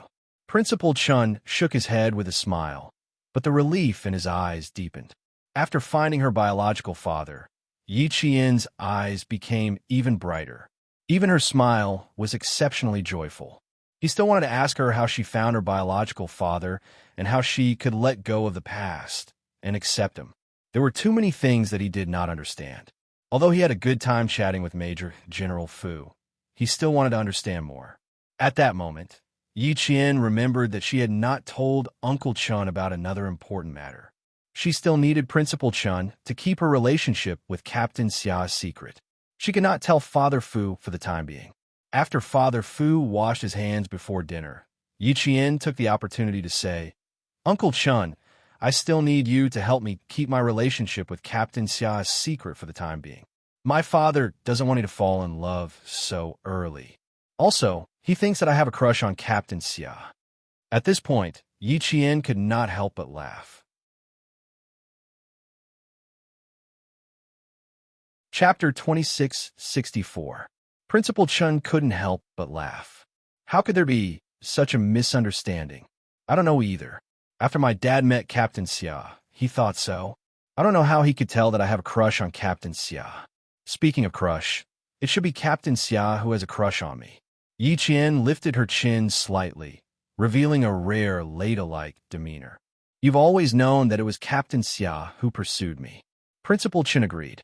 It was true that Captain Xia had a crush on Yi Qian. He nodded and smiled. I can hide it from you. I think you're enjoying it too. It's just that Captain Xia has to suffer. It's not suffering. My dad has a good impression of him. He's your future son-in-law. Didn't you test him for a long time before you agreed to let me be with Captain Xia? The smile on Yi Qian's face became deeper and brighter. I'm indeed a little young. I can only trouble Captain Xia to wait a little longer. It's good that you two know what you're doing. But Yi Qian, you can't wrong Captain Xia, who treats you wholeheartedly. All these years, Uncle Chun has seen it all. He really dotes on you and puts you first in everything. You have to be the same. You can't just take everything. You have to know how to give. If you take too much and only ask the other party to give, you'll stand still. This kind of relationship won't go far. It's fated to separate after a long time. Principal Chun had high hopes for Xia Jinyuan, so he reminded Yi Qian from time to time to prevent her from spoiling a good marriage. Yi Qian nodded repeatedly. How could she bear to let her Captain Xia be wronged? If she couldn't get her dad's approval immediately, she would definitely comfort him in private and let him know her decision. Since she loved him, she shouldn't hold back. She didn't want to have regrets in her life. You and Captain Xia are one thing, but what about your mother? How are you going to tell her? He was referring to the fact that Sun Xueqing had sacrificed herself as a martyr. The smile on Yi Qian's face faded at a speed visible to the naked eye. He lowered his eyes and said softly, "Today, I took Dad to visit Uncle Chun and Mom. From early morning until 4 or 5 in the afternoon, Dad kept talking to Mom's tombstone. I didn't tell Uncle Chun that Mom's sacrifice had a hidden story. Girl, you can't hide these things. Why do you always like to hide them?" Principal Chun was a little angry. Don't tell me you want to hide it from your father forever? How can this matter be concealed? You've already brought your father to see your mother. It can be seen that you've completely accepted your father in your heart and forgiven him for leaving your mother back then. Since things have come to this point, why are you still hiding it? If you hide too much, you'll be the one tired in the end. Do you understand? Principal Chun, who was secretly angry, felt his heart ache again. You little girl, you're just afraid that your loved ones will be sad. You'd rather bear it alone than say it out loud. This won't do. You feel sorry for us, but we also feel sorry for you. and your father feels even more sorry for you. This matter has to be told tonight. It can't be delayed any longer. Your father has the right to know the truth. And you, girl Yi, you really don't have a right to hide it from your father. Principal Chun made his decision immediately. He didn't give Yi Qian a chance to protest. This wasn't a small matter. It was a big matter. How could he hide it? Yi Qian, whose face was a little pale, nodded gently. Okay, tonight, I'll tell you. Dad has the right to know the truth, and I have no right to hide it. Uncle Chun, you're right. I can't hide it anymore. She could hide it now, but she couldn't hide it forever. Chapter 2665. When Principal Chun saw Yi Qian's face turn pale, he couldn't bear to see her like this. However, he couldn't help her hide the truth just because he couldn't bear to see her like this. What was there to hide? Although Martyr's son Xueqing had married someone else, she was still closest to Major General Fu Yuxing. Don't worry too much. Tell him about your mother's remarriage and about your father. Since you found your biological father, you can tell him everything about you one by one. When Uncle Chun mentioned Martyr's son Xueqing's remarriage, Yi Qian's fingers trembled slightly. This was also something she didn't want to talk about. If she said it, she was still afraid that her father would be sad. How could such a small movement escape the sharp eyes of this world-class sniper? Seeing this, Principal Chin's heart became heavier. Little girl Yi, oh little girl Yi, you're always thinking of others. You'd rather bear the burden than let the people who were good to you worry about you. You're really stubborn. There are some things that you don't think are easy to say, but that's because you haven't tried. Little girl Yi, you have to remember that the people closest to you in this world will always be the people who are related to you by blood. No matter what you do or say, your father will not blame you for it. Uncle Chun dares to guarantee that your father is definitely the family member who is most tolerant of you. Major General Fu hasn't done anything for you yet because you haven't given him a chance to do anything for you. Uncle Chun believes that with Major General Fu's love for you, he will definitely listen to you and dote on you in the future. He will definitely do much more for you than Uncle Chun. After all, he's your biological father and your closest family member. You can't cut him off because he's related by blood. So, you can't hide your matters from your father. Little girl Yi, your father is the person closest to you, and Captain Xia is the lover of your life. You can hide your matters from anyone else, but you can't hide them from the two of them. This is Uncle Chin's advice to you. You must remember it. Yi Qian respected Principal Chun, so he naturally listened to his advice. After dinner, Yi Qian suggested that they take a walk outside the sports field. It was a little hot in the southern province in May. The sniper base was located in the outskirts, surrounded by mountains. At night, there was a refreshing breeze that made one feel relaxed. The three of them slowly walked around the sports field, and some heavy words were slowly drawn out. Father Fu's eyes were bloodshot when he heard the last sentence. He stopped walking and looked at Yi Qian sternly. So the military is still investigating and hasn't gotten justice for my wife. The mastermind is still at large. He would never have thought that his lover, his wife, was actually murdered and sacrificed. It was someone wearing a combat uniform of the same color as the wife who had shot the wife, causing the wife who was trying to catch the criminal to be shot and killed. No matter how he thought about it, he would never have thought that his wife would be sacrificed in such a way. The military commission specially set up an investigation team for my mother's case. I only know that this is a serious matter and involve a lot of people. Even the military commission is investigating carefully and can't make too many moves. Dad, I don't know what stage it is at now. The military commission allowed me to go to the capital during the new year, and there hasn't been any news since. Father Fu clenched his fists so tightly that they cracked. Hearing this, he took a deep breath and suppressed the anger in his heart. He said to Yi Qian, "Leave this to me. You're a military school student, so it's not convenient for you to keep an eye on it. I'll do it. I'll get justice for your mother." Chapter 2666. Yi Qian suddenly felt a lump in his throat. Uncle Chin was right. The person who cared about Mommy the most in this world was Daddy. As for Mommy's matter, Daddy would definitely keep it in his heart and seek justice for Mommy. I still have a few of Mommy's diaries. They frequently mention things like smuggling. Dad, do you know who Mommy offended in the military back then? Father Fu shook his head like a roaring beast in his heart. Your mother and I never discuss work-related matters. What she did or what mission she carried out, Daddy knows nothing. Just like how your mother didn't know why Daddy appeared in her military back then. So, Daddy didn't have any clues. Yi Qian stood there in a daze, a little disappointed. The corners of his mouth were pressed tightly together. No one knew what he was thinking. Principal Chun, who was accompanying Father Fu, saw that Father Fu's arms were trembling in anger. He raised a hand and patted his father's shoulder lightly. Major General, it's actually best to leave this matter to you. We can't leave it to Jane Eyre. She's still a military academy student. If even the military needs to be careful of someone, then he must have some influence. Once he finds out, Jane Eyre's days in the military academy will definitely not be easy. Father Fu immediately understood the deeper meaning behind Principal Chen's words. He had also thought of this. After Father Fu finished speaking, Principal Chen's eyes lit up.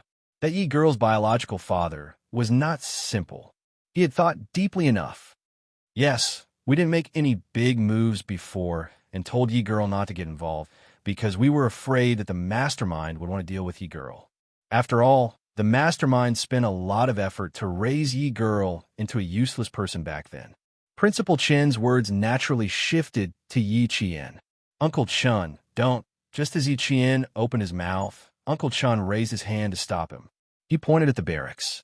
Yi girl, let the adults talk for a while. Go back to your room and rest. Wake up tomorrow morning to do some exercises and shoot a few rounds at the shooting range. I haven't seen you train in a long time. I don't know if you've regressed. Go back to your room and rest early. Dad will talk to Principal Chun. Father Fu also gestured for Yi Qian to go back to his room. Since it was inconvenient for his daughter to be present, he definitely couldn't let her stay. Yi Qian had no choice but to leave. Father Fu then said, Principal Chun, thank you for taking care of my daughter all these years. I'll be rude and call me brother. Major General Fu, you are a few years of age. Principal Chun. As long as Major General Fu doesn't mind, I will. After taking a few steps, Yi Qian heard the two elders greet each other as brother. It was as if they had known each other for many years. Yi Qian knew that Principal Chun was going to talk about her childhood in Yi Jifan's house and her mother's remarriage. The sun shone brightly in the day, and the moon shone brightly at night. Although the moon was not round, the moonlight was quiet and serene, like a thin veil covering the earth. Father Fu sat on the field and looked up at the moon without blinking. He stared at it for a long time before he forced back the tears in his eyes. Brother, I'm sorry. I really can't hold it in. Jane Eyre, this child had it so hard when she was young. Father Fu tilted his head and looked at Principal Chun, who was sitting on the field with him. His voice was extremely hoarse. This child was just like the descendants of the Fu family. It was so hard when she was young. I thought that if she was adopted, it would be better than me, who was abandoned on the streets by a middle-aged woman. It was only after a few years that I found my original home in the capital and returned home. Who would have thought that my daughter's childhood was so much harder than mine? Chapter 2667. When Father Fu told Principal Chun about his childhood, it was as if he had opened his heart to Principal Chun. He really treated Principal Chun as his family. Therefore, Principal Chun wasn't surprised and listened very calmly. Old Master Fu's granddaughter and his only living son. He had accepted everything calmly. Now that he heard about Father Fu's suffering when he was young, Principal Chun was even more calm. Brother, you had nowhere to go back because old Master Fu was in trouble. Little Yi is different. Who would have thought that Sun Dongxing would be so cruel? She is Sun Shiueching's sister from the same mother. Father Fu's eyes were still wet. When he heard this, he smiled bitterly. Yes, I don't understand either. Jane Eyre is her niece. How could she be so cruel as to harm her own niece with an outsider? So, brother, I'm really grateful to you and uncle. If it weren't for you two, I definitely wouldn't have reunited with Jane Eyre today. My daughter might not even have lived to see me again.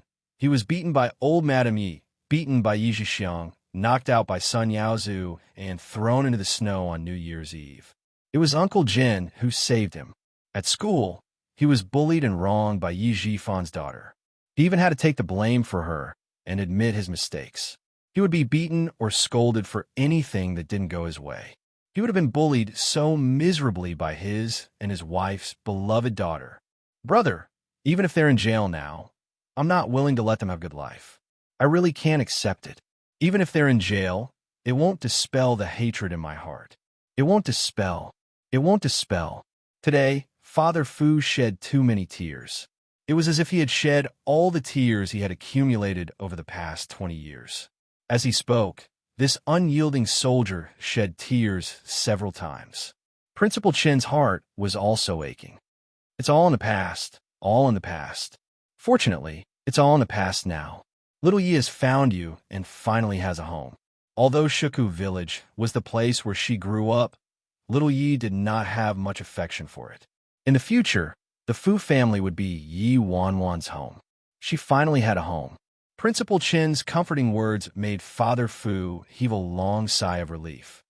Brother's right. Everything is over. I'll take care of the rest. I have to protect Tong Hongmei's daughter. I can't let her get hurt again. Just a little bit of grievance. If he wanted to spoil his daughter and prevent his daughter from reuniting with him, then he would have to try. Father Fu's eyes flashed with a trace of ruthlessness. You are little Ye's father, so we are at ease with you protecting her. However, little brother, you can't be impatient. Since you want to seek justice for martyr son Xueqing, you have to protect yourself. Little Yi wants to hide it from you. Firstly, she doesn't want you to get hurt. Secondly, she's probably worried about you. That's why you have to be good.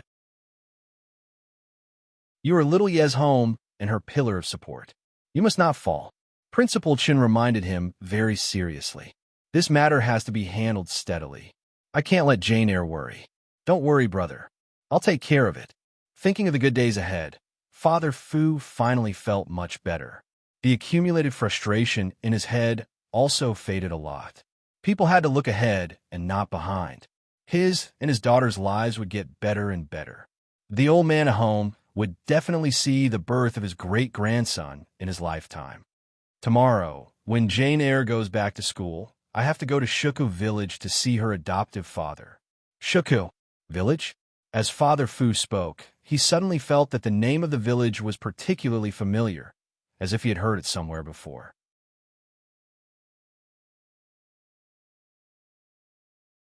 Chapter 2668. You should. Although I didn't know martyr son Xueqing before, I can imagine that she was pregnant before marriage. If it wasn't for Yi Qian's adoptive father, brother, you probably wouldn't have seen her.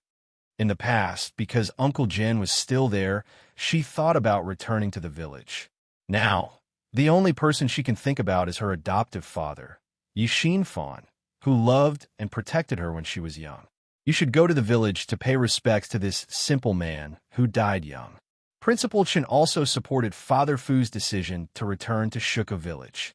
However, at this time, Father Fu's expression had changed a few times. Shuku Village.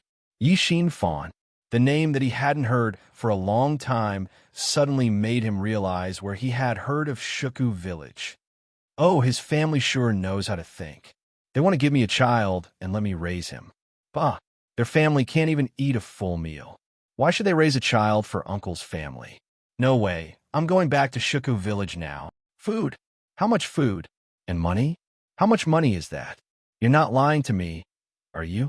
If you have food and money, why do you need to send Yi Xinfan to the countryside to raise him as my son? Eldest uncle and his wife must be sick in the head. If we have food and money, what if Yi Xinfan grows up and want to fight for the family property? Won't I lose a lot? No, I can't bring him back. If I bring him back, it'll be a loss. The middle-aged woman, who was neatly dressed and smiled amiably, suddenly changed her expression. She took the money and the food, but didn't want to bring him home. Father Fu still remembered this amiable but vicious face. He remembered that she threw him on the road and disappeared in the blink of an eye. He didn't go. He held the 10 yuan in his hand and stared at the back of the middle-aged woman as she left. He didn't look back and started to climb the train back to the capital. When he was young, he only had one thought. He didn't want to be the son of his aunt and uncle. He wasn't his aunt's son. His surname wasn't Yi. It was Fu. His name was Yuxing, and his sister's name was Yu and Yi Xinfan. No wonder Hong Mei would marry Yi Xinfan. He had once told her that when he was young, due to his family's difficulties, he temporarily gave him to his aunt as a son and named him Yi Xinfan. Hong Mei must have married Yi Xinfan because of this. His Hong Mei, even though he had disappeared at that time, she had missed him. Fu Yuxing. Principal Chen saw Father Fu's expression alternating between sadness and joy. In the blink of an eye, he could see the joys and sorrows of the world from his face. For a moment, Principal Chen was moved. He sighed and said, "Brother, don't mind Martyr's son, Xueqing, remarrying. She had no choice." "Brother, I don't mind. I told Hongmei that she later married Jian Er's adoptive father because Jian Er's adoptive father's name was Yi Xinfan. If we can find a marriage certificate that Hongmei and Yi Jian's adoptive father received back then, I dare say that the photo on the marriage certificate must be a photo of me and Hongmei. Hongmei married Yi Xinfan because we have the same name. As for Shuku Village, I almost went there that year and almost became Yi Xinfan. Didn't I just say that I was once homeless? It was what old Madame Yi did.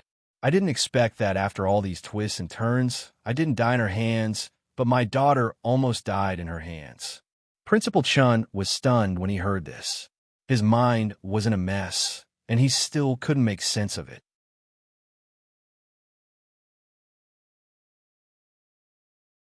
Chapter 2669. It was impossible to find Martyr's son Xueqing and Yi Xinfan to register their marriage. But Headmaster Chen massaged his temples, trying to calm himself down. Then he said to Mr. Fu, "Brother Fu, how about this? I will ask you a question and you will answer it, so that you can solve this mess for me. Okay, how about it? Otherwise, I'm afraid I won't be able to figure it out." It was indeed a mess. Father Fu sighed. "It's not a mess. Brother, please ask. You used to be called Yi Xinfan. Old Madam Yi once threw you out. You have to tell me about this." This was the most confusing thing for Principal Chun. He added, "Uncle Jin told me that Ye's adoptive father wasn't old Madam Ye's biological son. He was old Madam Ye's eldest brother, Uncle Yi Jifan's son." It had been decades since the incident, and he could recall it clearly. Mr. Fu explained, "Old man Ye's eldest brother, Mr. Yi, married my father's youngest sister, who is also my aunt. Our Fu family was suppressed because of our family background. No one dared to marry my youngest aunt until she was in her 20s. Later, she married my uncle, who retired from the army." Principal Chun understood. That means the Fu family and the Yi family are related by marriage. Old Madam Yi married my brother's aunt and became the son-in-law of the Fu family. In that case, old Madam Yi has to call my brother's aunt's sister-in-law. Yes, that's the relationship between the Fu family and the Yi family. Back then, I was sent to my aunt's house and changed my name to Yi Xinfan. I thought that when the Fu family's life stabilized, my father would take me back. I had a few older brothers, but they all died because of the chaos. In the end, only my youngest sister and I survived. Old Madam Yi was worried that I would be in trouble, so she sent me to my aunt." Principal Chun suddenly understood. I understand. You were sent to old Madam Ye's house and changed your name to Yi Xinfan. You became uncle and aunt's son. Then, how did you end up on the streets? Little Ye's adoptive father. Where did he come from?" Although I was young at that time, my memory wasn't bad. Back then, my aunt and uncle were both sick and dying. Because they couldn't find my father, they entrusted me to my uncle's younger brothers, Old Man Yi and Old Lady Yi. Elder brother, you also know that in that era, even eating was a problem, let alone raising a child. Although my uncle and aunt left money and food for Old Man Yi and Old Lady Yi, I just didn't expect that after my uncle and aunt passed away, Old Madam Yi would throw me outside. Although I was young at that time, I knew I was from the capital. Old Madam Yi happened to drop me off at the bus station, So I grabbed the 10 yuan my aunt secretly gave me before she passed away and climbed into the car to the capital. At that time, it was not as convenient to go to the capital as it is now. There were trains and planes, so it was useless even if I had 10 yuan on me. It took me more than a year to beg for food all the way back to the capital. Elder brother, when you mentioned Shuku village, I vaguely felt that it was familiar. Then you mentioned Yi Xinfan. After going around in circles, both of us ended up in old Madame Ye's hands and were tortured. Principal Chun felt that his life was a bit full of ups and downs, but compared to his father Fu, he lived with his parents before he joined the army. Later, there was a flood in his hometown and he lost his home and parents, so he joined the army.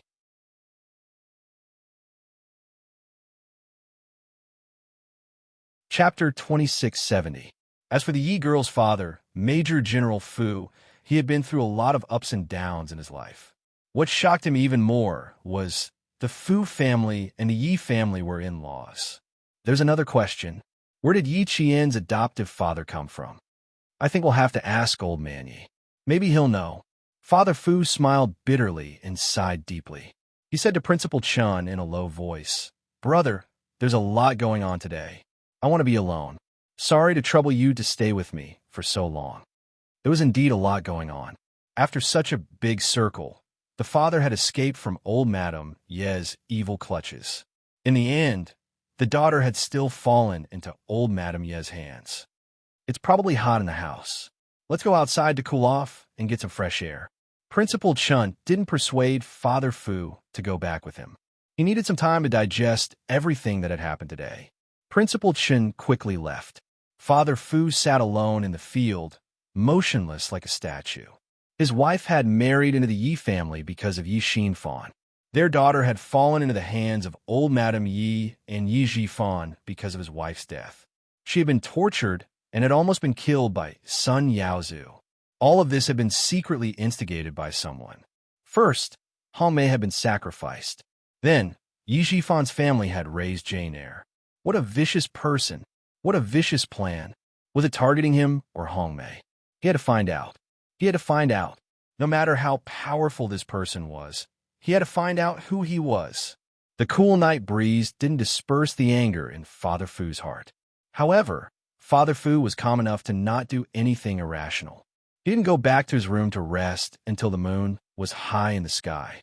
Yi Qian was persuaded to go back by Principal Chun.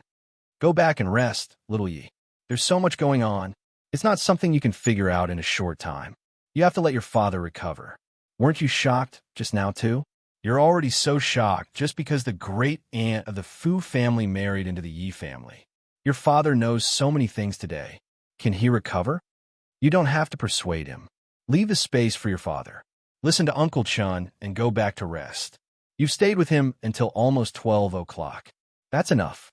Yi Qian did not return to her room earlier. She was worried and hid behind the trees on both sides of the field to watch. Principal Chun walked over and caught her red-handed. Principal Chun was worried about her standing alone, so he accompanied her. Father Fu had been sitting the whole time and did not do anything else. Yi Qian did not want Principal Chun to accompany him, so he nodded gently. "Okay, Uncle Chun, I'll send you back to your room to rest. I made you worry again tonight. In the future, leave these matters to your father. Study hard and don't be too distracted by your mother's matters." She also had to remember Captain Xia's words and not tell anyone about her return to the Fu family for the time being. Do it safely. Once we know who the mastermind is, everything will be easier. Principal Chun was much more relieved about Yi Qian because of Father Fu's arrival. With a major general as her father's shield, old uncle, Yi Qian's hard times are finally over. Yi Qian did not notice the slight smile on Principal Chen's lips. She was thinking about something else. She had forgotten to ask about the jade pendant. In the morning, Yi Jian and the soldiers of the sniper base had a moving target shooting session. The moving target, which was fully automatic, had two targets, the target and the hostage. At the same time, the two targets would move alternately. In this way, the soldiers' eyesight and body coordination would be tested.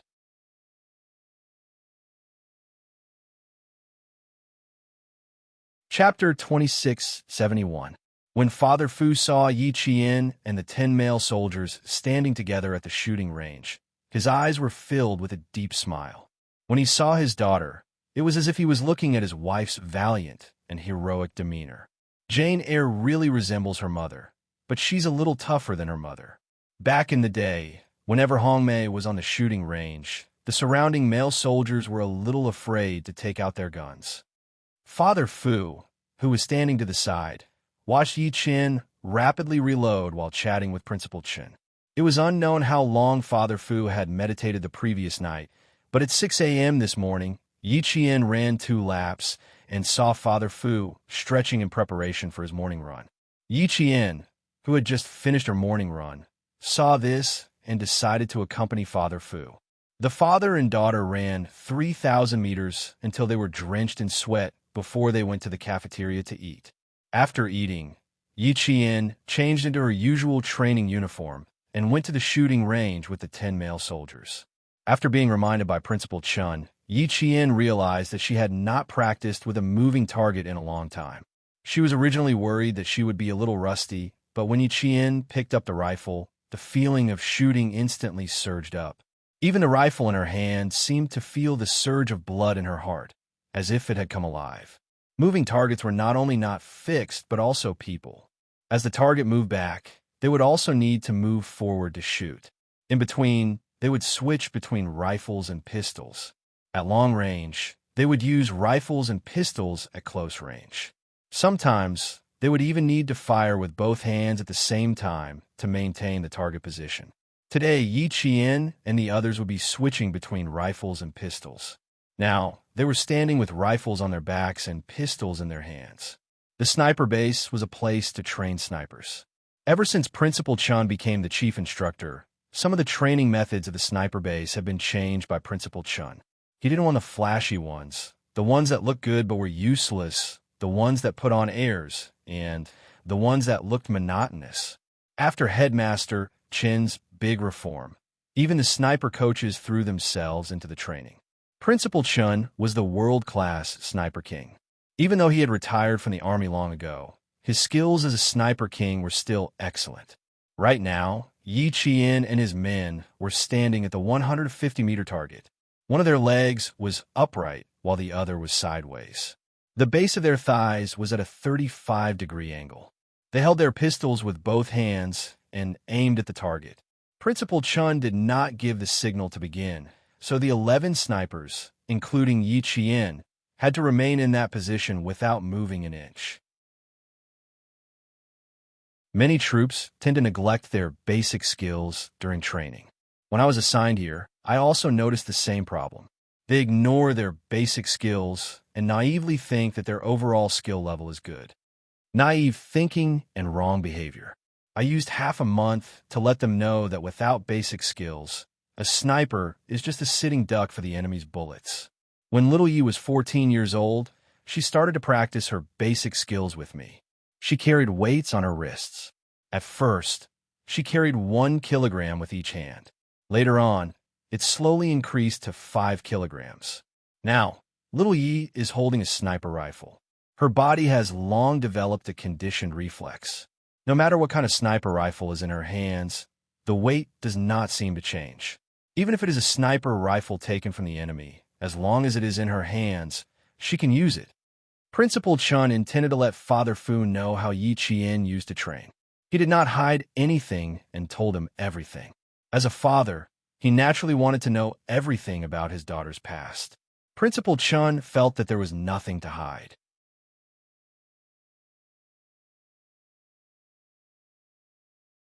Chapter 2672. Father Fu actually knew a thing or two about sniping. He nodded in agreement and said, Hongmei once told me that there is no eternal sniper. Once the technical foundation is not developed, there will be a bottleneck in the later stages.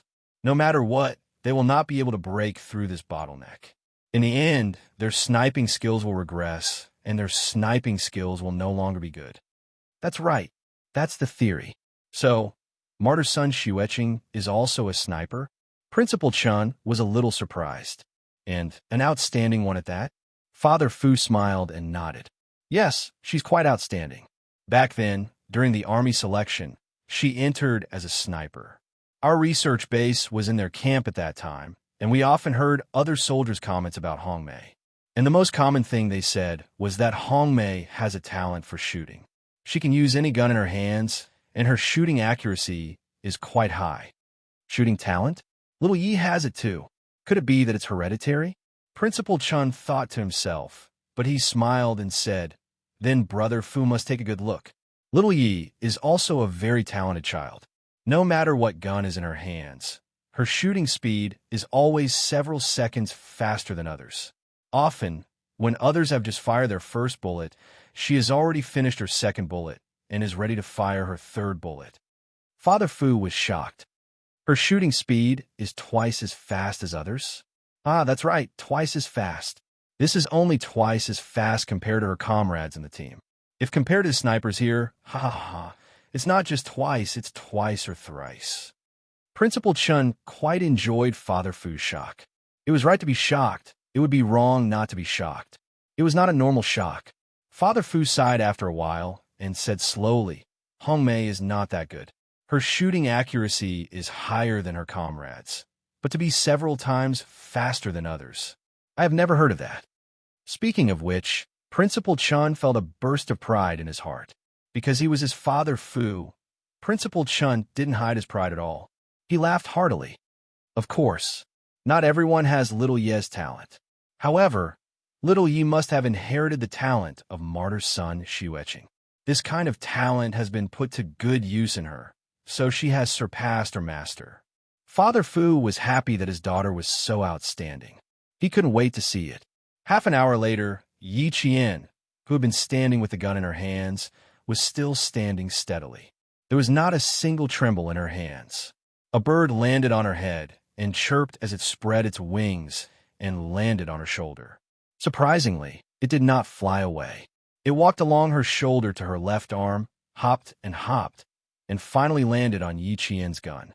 Birds in the wild were not like birds that were not afraid of people. Birds in the wild would immediately spread their wings and fly away if there was even the slightest movement. It was even more impossible for them to land on a person and jump around on a person's body. However, it had landed on Yi Qian. From this, it could be seen how good Yi Qian's basic skills were. After standing still for a long time, not only did her body not tremble, even her breathing did not fluctuate at all. Before she even started shooting, Father Fu's palms were already sweating when he saw this scene. He muttered, "Good, really good, really good. The student has surpassed her master. Hongmei, our daughter is good. I'm not afraid of you being angry. Our daughter is better than you." In his heart, Father Fu swept away his sadness and thought happily.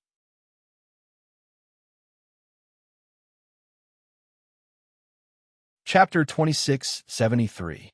The bird didn't fly away immediately. It treated Yi Qian as a tree and stayed there for about a minute before it spread its wings and flew away. Having Yi Qian's basic skills at this level was already quite impressive. The bird flew away.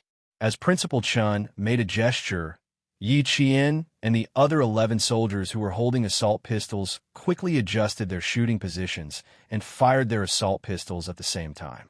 Modern military pistols mainly consisted of self-defense pistols and assault pistols. Self-defense pistols usually had a short shooting range of about 50 meters and were single-shot. The pistols at the sniper base were assault pistols, also known as combat pistols. Principal Chun had directly applied to the military to replace the original single-shot pistols. Half a month later, a new batch of combat pistols had arrived at the base. Although Yi Qian had stayed at the sniper base before, she hadn't used the latest batch of assault pistols, which had a magazine capacity of 20 bullets and an effective shooting range of 100 to 150 meters. She stood there for 40 minutes, during which she was treated as a tree by the bird. She quickly changed the safety and loaded the gun. Bang, bang, bang, bang. Slightly concentrated gunshots resounded through the shooting range in the mountains. Father Fu, who only had eyes for his daughter, brightened up. As expected, his daughter's shooting speed was indeed faster than the other soldiers. She finished firing 5 bullets and quickly put the pistol back into the holster at her waist. At the same time, her left hand tightened the grip of the rifle.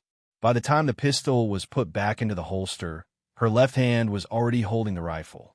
She retracted her right hand and started to fire. With just a few actions, Father Fu was already applauding. Good, good, good. He couldn't help but cheer. What a wonderful shooting, what smooth movements. The whole set of actions was so smooth that even the onlookers couldn't help but be excited for her and cheer for her. Too good. She started to shoot with the rifle. The other soldiers had only just finished firing 5 bullets. 5 assault pistol shots and 15 rifle shots. Target completed. Enter the moving target area and complete the first type of shooting training. The first type of shooting training was on flat ground. The second type was in the mountains. The third type was in the forests. The fourth type was in the highlands. The fifth type was in the desert. Therefore, they were categorized from easy to difficult until the final level of training became more and more difficult. The difficulty level would be so difficult that it was beyond the imagination of ordinary people. On the other hand, every time Yi Qian completed a difficult training session, his clothes would be stained by the salt in his sweat. The fabric would no longer be soft and would stand up straight. Principal Chun had become the head instructor here. So far, all the snipers were still in the first category of shooting training, but it was almost over. Looking at the 10 soldiers training with Yi Qian and their average speed, a small smile gradually appeared on his serious face. Although she was still slower than Little Yi, she had basically met his requirements. After firing 15 rounds, Yi Qian slung the rifle on his back and sprinted forward like an arrow. Brother Fu, how was it? When Principal Chan was running in Yi Qian, he asked Father Fu with a smile, "Is she worse or better than Mom?" "She's even better than her mother. Just like what you said, the student has surpassed the master." Father Fu was a little excited. This was the first time he had seen Yi Qian train, and he was stunned. His and Hongmei's daughter was really amazing. Ha ha, this is just the tip of the iceberg. Little Yi has more to offer. Principal Chun couldn't help but laugh louder. He pointed to the front and said, "Let's go to the front and watch her sniping. You'll be even more proud of her." Hearing this, Father Fu strode forward.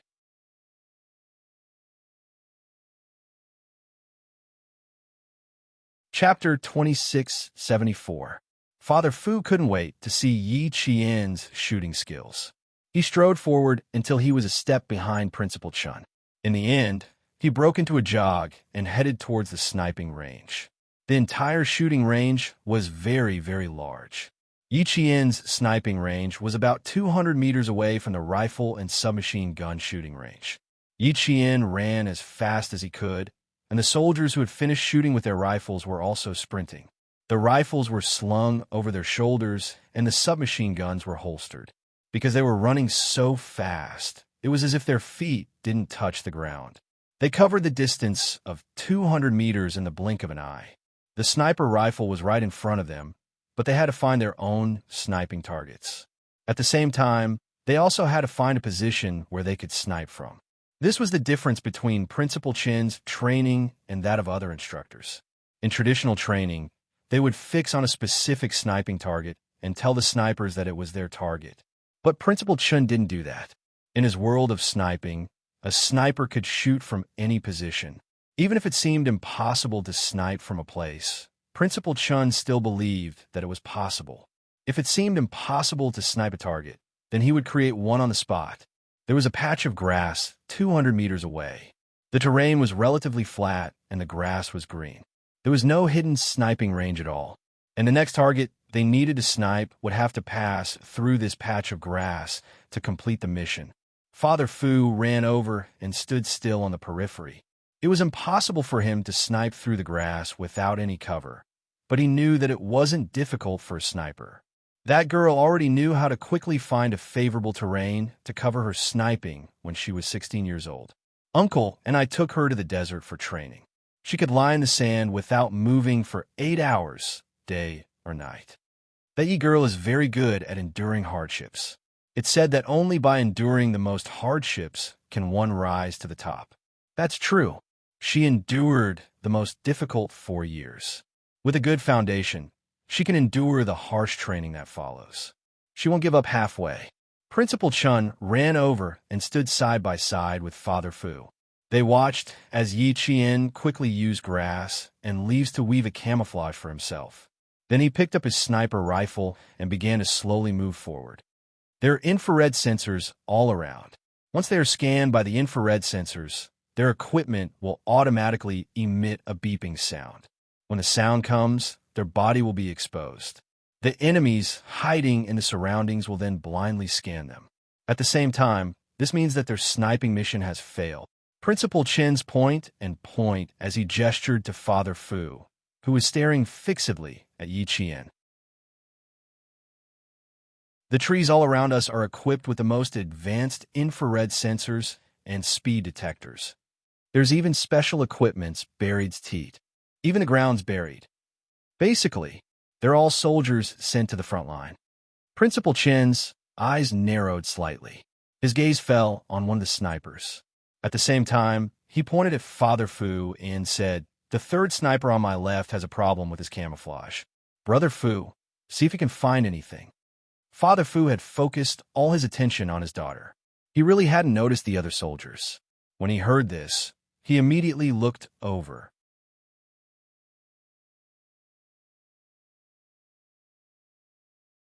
Chapter 2675. Forgive his poor eyesight, but he hadn't noticed anything wrong. "Look at his armband," Principal Chun reminded him. Father Fu focused and looked again. He saw the red on the sniper's armband flash past under the sunlight, revealing the sniper's hiding position. "I see it. It's all green all around. There aren't many other colors, but there's a flash of red. This is a fatal lack of consideration." As he spoke, Father Fu saw that the sniper had realized his mistake and immediately crouched down to cover himself. It only took a minute for the sniper to correct his mistake, but it didn't escape Principal Chen's eyes. From Principal Chen's cold gaze, Father Fu knew that the sniper was going to suffer a little. The sniper base in the southern province had specially hired a world-class sniper king to be the chief instructor. Not only was he responsible for sending snipers to the frontline troops, but he was also responsible for sending snipers to the conference hall. These snipers would appear around major festivals and when the leaders went out to snipe. If they were careless, the consequences would be severe. It would definitely be a disaster.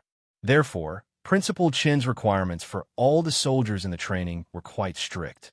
He was just as strict as Yi Qian's training.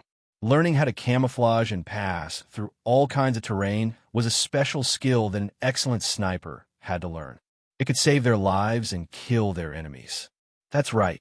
Therefore, a sniper's careless mistake will be discovered by the enemy sniper, who will immediately shoot and finish the job. Principal Chen's cold gaze swept across the other sniper. At the same time, he swept a glance in Yi Qian's direction. He didn't realize that Yi Qian had already become one with the grass. His entire body was a perfect camouflage. Principal Chen's eyes had a faint smile. Little Yi made the same mistake in the past and suffered a lot because of it. I was very strict with her when she was 15 or 16 years old. Sometimes, when I calm down and think about it, I wonder if I'm too strict with a child. Should I be a little more relaxed? But every time this thought flashed through my mind, I would deny it. Every second on the sniping field is a must. Me relaxing my requirements for her today would be irresponsible to her. So, along the way, Yi girl, who didn't go to school for a whole year, was brought by me and uncle to various places. After a year, this girl has reached the point where even I can't find her hiding place sometimes. Father Fu already knew the reason why he hadn't gone to school for a whole year in high school last night. A trace of sadness flashed through his eyes, but he quickly adjusted himself. She then said, "In high school, I was forced to leave Anyang First Middle School by Yi Jifan's scheme. Now, it seems that it was a blessing in disguise. With this year's training, Jane Eyre has a solid foundation." Haha, that's right. It was a blessing in disguise. Otherwise, we wouldn't have had the heart to let little Yi drop out of school for a year. Principal Chun agreed. That was indeed the case. The lawn was wide. Yi Jian and all the snipers moved very slowly to ensure that they would not be discovered. When a sensor device on one of the snipers made a beeping sound, Headmaster Chen's thick eyebrows furrowed. "Yi, come back." He raised his voice and shouted. His voice was a little cold. Father Fu knew that he was going to reprimand the sniper, so he pointed to the front and motioned for him to go over and watch. In Father Fu's eyes, there was only his daughter, Yi Qian. He really didn't care about the results of the other snipers. It wasn't something he could care about, and it wasn't something he could interfere with. There was no need to pay attention to it.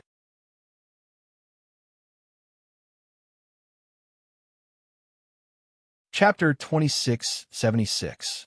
He only knew that his daughter had already disappeared from his field of vision. While he was talking to Principal Chun, he actually couldn't see where his daughter was. The perfectly disguised Yi Qian stuck close to a slightly protruding piece of terrain.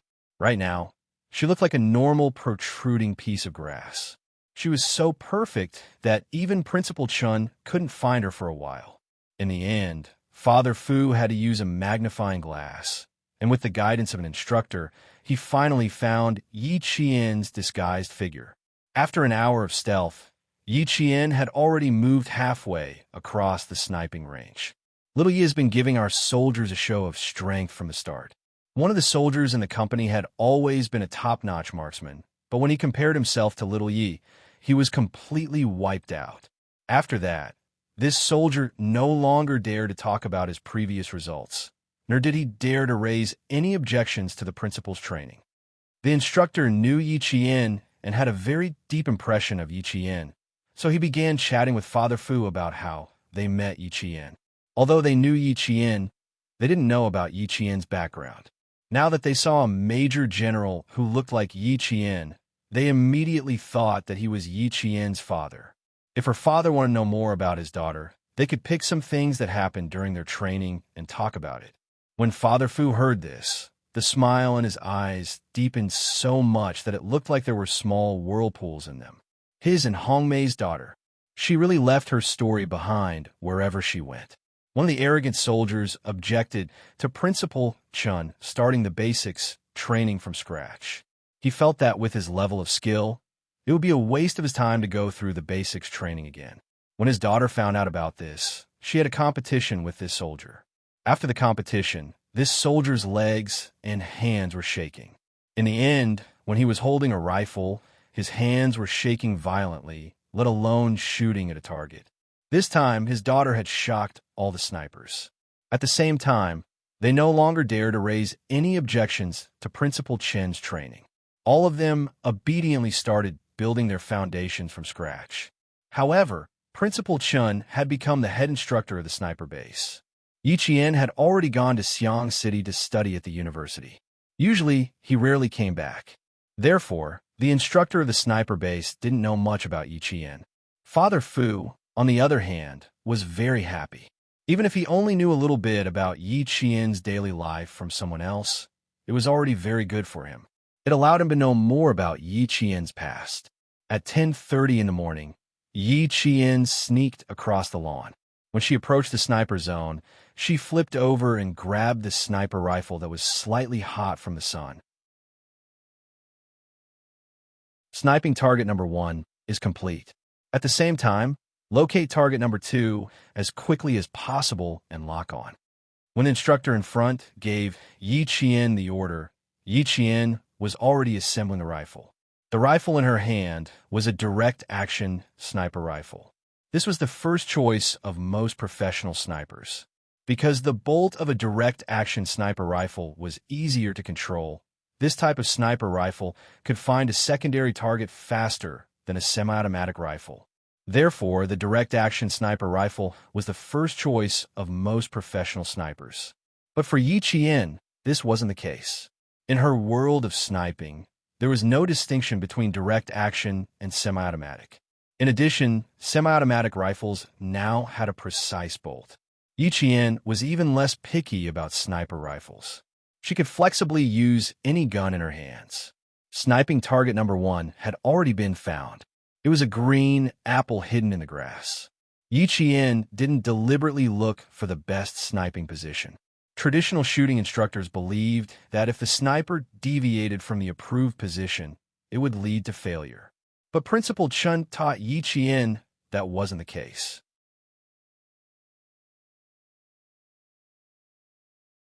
Chapter 2677. Bang! The first sniper bullet finally rang out. It had been more than 2 hours since Yi Qian and the others had crossed the lawn. Yi Qian had successfully sniped the target. The green apple hidden in the grass was blasted into smithereens by a 12mm sniper bullet. The smithereens splattered everywhere, and even the wind carried the fragrance of the apple. The tranquility of the lawn was broken. The rest of the snipers stood up when they heard Yi Qian's gunshot. Their camouflage was quite good. When they stood up, it was as if there were giants growing in the grass. There was only one target. Yi Qian had successfully sniped the target, so all the snipers had failed to snipe the target this time. The snipers who stood up looked around them. When they saw that their comrades were all there, they understood who had sniped the target. It's Yi Qian, right? It must be her. There's no need to look anymore. Yes, it's her. Other than He Hai, who was called away by the president, we're all here. It must be Yi Qian. She's really good. Every time she comes back, she gives us a show of strength. She thinks she's improved a lot, but when she comes, she feels that her improvement is not enough. How can we compare to her? Last time, all of us were defeated by her. If you want to beat her, you'll have to practice a few more times. The snipers who had gathered after hearing the gunshot walked over and whispered to each other as they looked around. They hadn't seen Yi Qian yet. Even at such a close distance, they still couldn't see Yi Qian. About a minute later, Yi Qian, who had completed her sniping in the Hawkins style, found the second target and locked onto it. At this time, she pulled out a small flag from her pocket and stuck it into the grass. When the bright red flag flitted across the green, everyone's gazes turned to look at it. Immediately after, they saw a pile of grass squirming. After a while, it stood up. Less than 20 meters away from them, Yi Qian's figure appeared. Yi Qian gestured for all the soldiers to stop. Then she jogged over to Principal Chun with her still-mounted sniper rifle. Look, it's really her. Is there a need to doubt it? Of course it's her. We're all pretty much at the same level. If someone were to complete the sniping, they wouldn't be a few dozen meters behind. At most, they'd be 4 or 5 meters behind. It's over. I'll be scolded by the head preceptor again. It's been more than half a year, and I'm still so far behind her. It'll be embarrassing if word gets out. Go, go, go. What's there to be embarrassed about? I'll just work harder. Sigh. It's a little embarrassing. She's a female soldier, and we're male soldiers. Let's not talk about it anymore. There's still a moving target later. Let's see if we can get back some face on the moving target. Looking at Yi Qian, who was holding a gun in his hand and saying something to the headquarter, the male soldiers felt very complicated. The bullet is a little wet, and the pressure in the barrel has increased significantly. For safety reasons, let's check the bullets in the other sniper rifles. Yi Qian informed Principal Chun of the problem she had discovered. Wet or oily bullets would increase the pressure in the barrel by a lot. The most serious consequence would be an explosion and the barrel would swell. This would be fatal for a sniper who was on a sniping mission. Principal Chun removed the magazine and looked at it. With a serious expression, he said, "It looks like even the ammunition storage needs to be rebuilt. The bullets in the old ammunition storage are damp. Let's check all the bullets one more time before we proceed with the next training." Due to the bullet problem, the training was interrupted. Father Fu took the opportunity to talk to Yi Qian. "You're even better than your mother. Very, very good." The entire shooting competition was very exciting.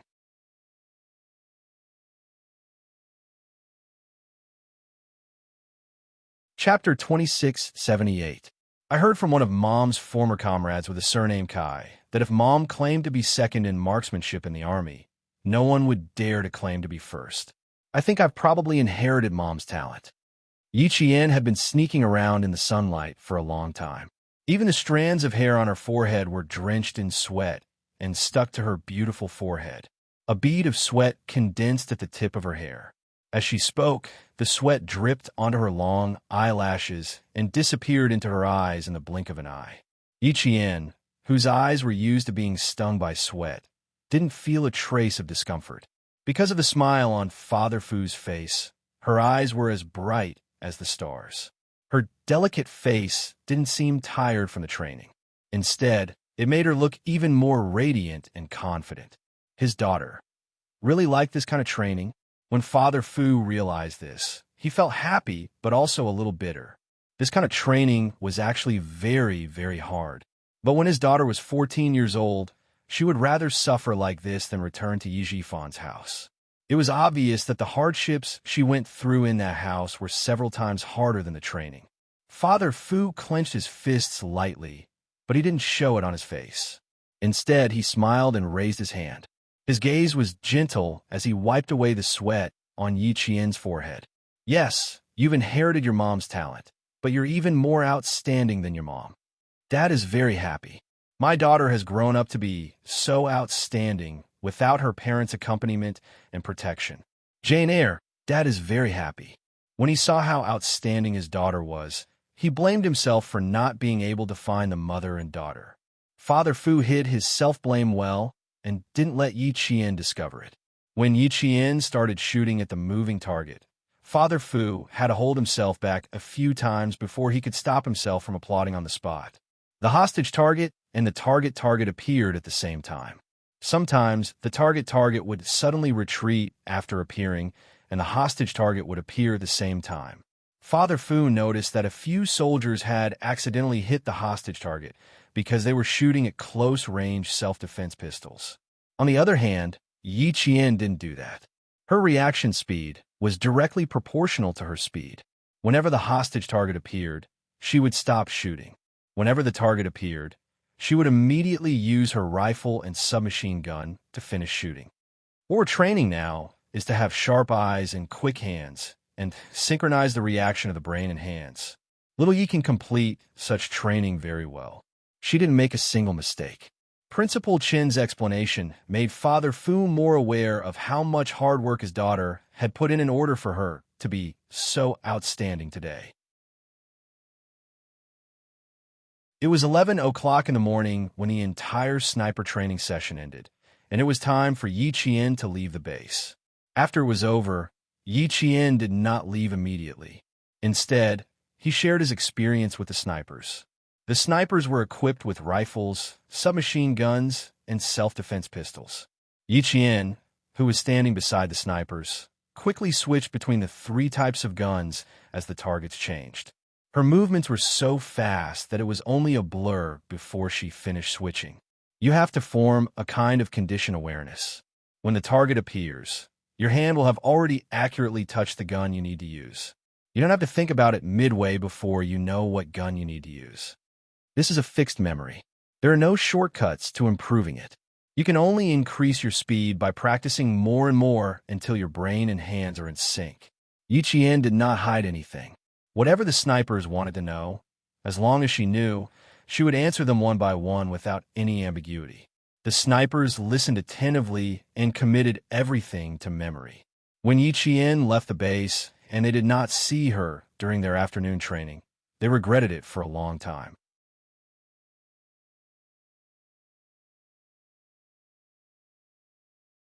Chapter 2679. No matter what, Yi Qian had to return to school at 5 o'clock. This was the time for students to return to school.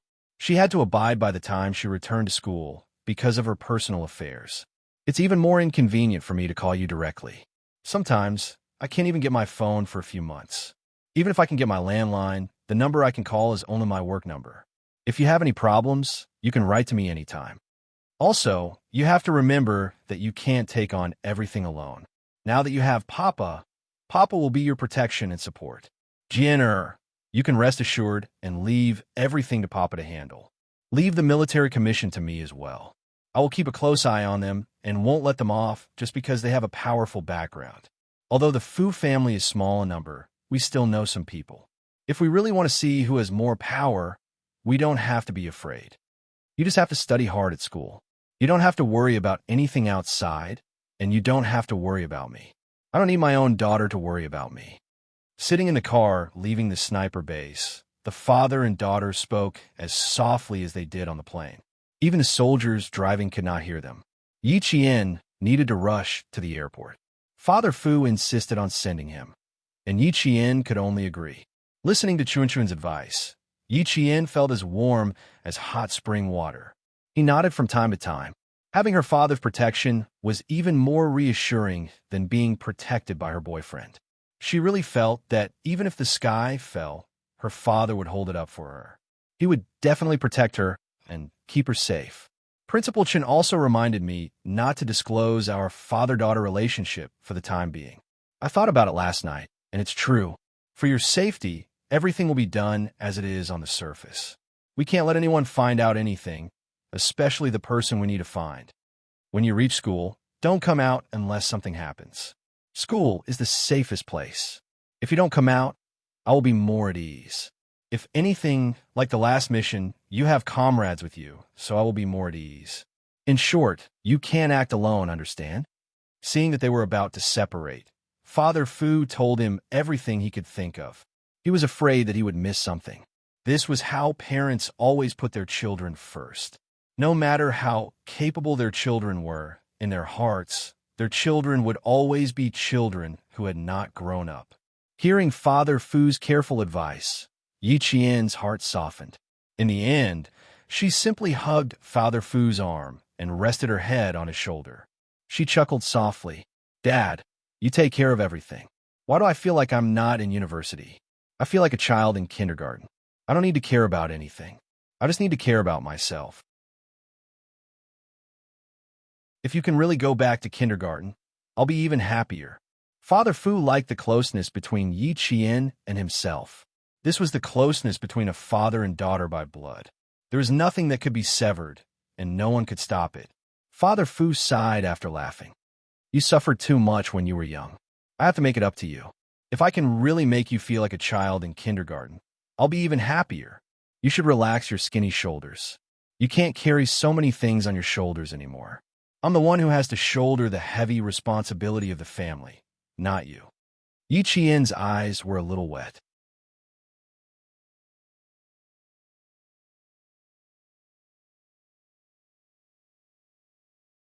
Chapter 2680. Captain Xia had once said that she could tell him about her situation and let him handle it. But for some reason, she couldn't do that no matter what. In the depths of her heart, she stubbornly believed that this was her family's problem and that she had to solve it by herself. How could she drag Captain Xia down? Even if he was her lover and family member, she couldn't let him shoulder her family's problems. That would make her feel guilty. But now that her father had said this, she didn't feel guilty at all. "I've heard you. Don't worry. I'll take good care of myself. I won't leave school unless something happens. But you have to take good care of yourself, too. You can't put yourself in danger because of Mom. If I find out, Dad, I won't care if I'm still a student." Even if it was a threat, Papa Fu still felt comfortable. His daughter was concerned about him and was thinking about him. Okay. I won't put myself in danger. I promise." With that, Father Fu laughed heartily. There were more fine lines at the corners of his eyes. "Both of us have to take good care of ourselves. Old Master still misses us." Yi Qian listened to her father's laughter and gently closed her eyes with the rocking of the car. This was really good. It was so good that it felt like a dream. But it wasn't a dream. She knew very well that this wasn't a dream. It was real.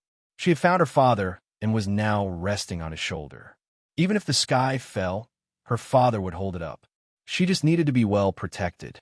In her previous life, she was finally free. Her shoulders that had been pressed down suddenly relaxed.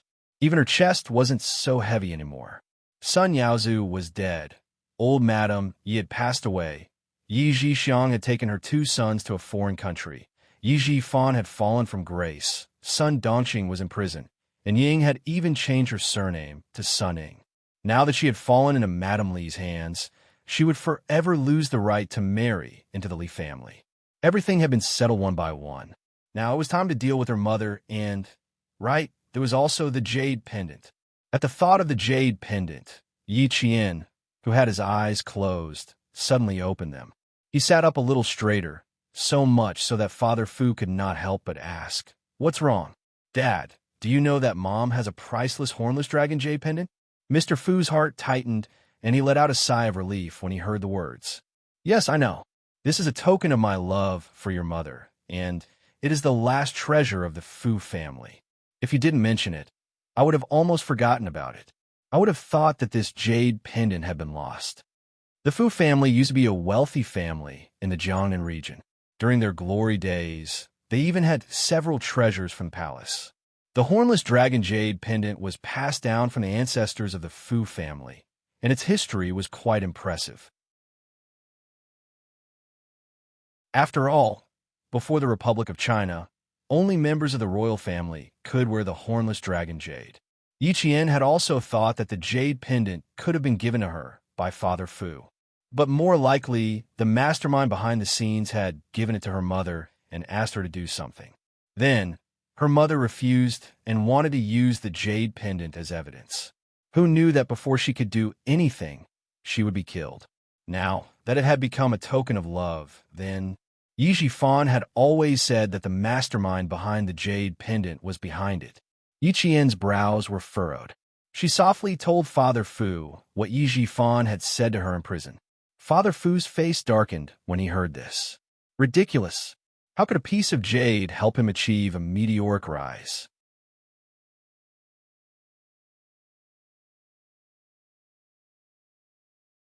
Chapter 2681. From Father Fu's reaction, it was clear that this priceless jade was a token of love. Other than that, there was no other meaning. It was supposed to be a token of love, but it was used by someone as a tool for personal gain.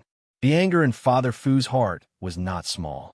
His face was ashen and extremely ugly, because this was equivalent to blaspheming the true meaning of the jade. Yi Qian's heart was already in turmoil. Grandpa Jin said that before one had enough ability to own this jade, it would be a disaster in their hands. If that was the case, Grandpa Jin was wrong. The jade itself was not guilty. The one who was guilty was the person who wanted to use the jade to stir up trouble. Since it was a token of love from her parents, then she had to get it back. She had to find Sun Ying and get the jade back. The jade I gave your mother. I'm afraid it was used by someone. After his anger, Father Fu calmed down again. His brows were furrowed, and his expression was cold. Perhaps the jade was just a distraction to make you and Yi Jifan think that the owner of the jade wanted to harm your mother. And the owner of the jade is you, Father, Yi Qian said softly. When he said this, Father Fu and Yi Qian were both shocked. The jade was given to her mother by Father Fu. According to Yi Jifan's information, and the letter written by the mastermind to Yi Jifan, Yi Qian's expression suddenly changed. He said to Father Fu, Father, after you send me to the airport, let the soldiers send you to the Caesar Hotel. Mother's diary and the letter written by the mastermind to Yi Jifan, I put them on the 21st floor of the Caesar Hotel. After you go there, someone will take care of you. I put everything in the safe in the wardrobe. The password is Mother's birthday and my birthday. Yi Qian's birthday happened to be on the second day of the second lunar month. Father Fu, whose face was already ashen, was now cold and ruthless. What a vicious plan, what a patient plan. This person wants us father and daughter to kill each other. The jade pendant was once owned by Father Fu, and Yi Jifan had kept the letter. It was clearly written that with this piece of jade, Yi Jifan would have a meteoric rise. At the same time, Uncle Jin told Yi Qian that jade was a scourge. Later on, even Principal Chun believed that although the jade was priceless, it was a scourge. Even if it was the relic of the martyr son Xueqing, it would not be easy to retrieve it.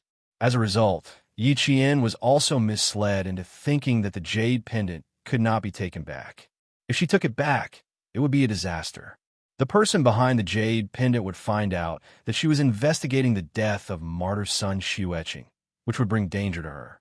Not only was Yi Qian misled, even Xia Jinyuan was misled.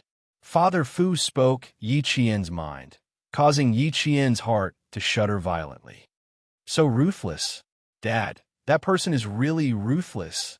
How ruthless? He's taking one step at a time. Not only does he want his father and daughter to kill each other, he also has other plans.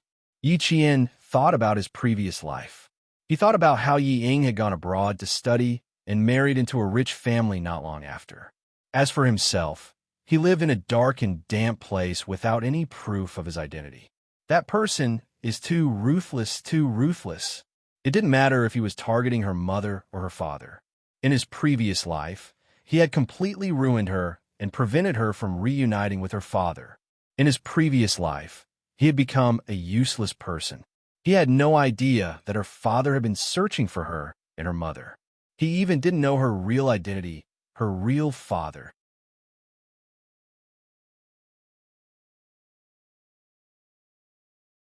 Chapter 2682. In this life, if it weren't for Big Brother's appearance, allowing her to find her father in advance and find out about her father and her mother's past, knowing that her father hadn't given up on searching for her mother for more than 20 years, then, once she found out that the person behind the jade pendant was her father, she would have only one thought. She would want to take revenge on her father, who had abandoned her mother and tried to raise her into a useless person. Whether it was her being raised into a useless person or her finding the person behind the jade pendant with her own ability to complete her revenge, both outcomes would cause her loved ones to feel pain and her enemies to laugh. Let the real mastermind laugh from the beginning to the end. In her previous life, that person must have laughed from the beginning to the end. What a ruthless heart. What a meticulous plan. Yi Qian's lips were trembling. Dad, if Big Brother hadn't told me about my relationship with the Fu family in advance, and let me know that you had been looking for my mother all this time. When I found out that you were the mastermind behind the jade pendant, Dad, I would have definitely sought revenge on you. I would have done everything I could to seek revenge on you. At that time, no matter how outstanding I am, I would have ruined my future by murdering a major general. Dad, that person is really ruthless, really ruthless. He has calculated all of the schemes. Thank goodness I found you in advance and knew that you had never abandoned my mother. I knew that you didn't even know about my existence. Otherwise, I would have really misunderstood. I would have been blinded by hatred. I would have been manipulated by the real mastermind to you. Yi Qian couldn't continue, but Father Fu knew what his daughter wanted to say. Father Fu held Yi Qian's hand tightly. Although his heart was burning with anger, he was very calm. Although his voice was soft, it was extremely steady. No, Dad believes that you wouldn't. You're so outstanding, and you have a strong heart. How could you be manipulated by the real mastermind? No, Dad believes that you definitely wouldn't. Why was his daughter so afraid? She was so afraid that her whole body was trembling. Everything that was said now was just speculation. It hadn't really happened. So how could she be so afraid?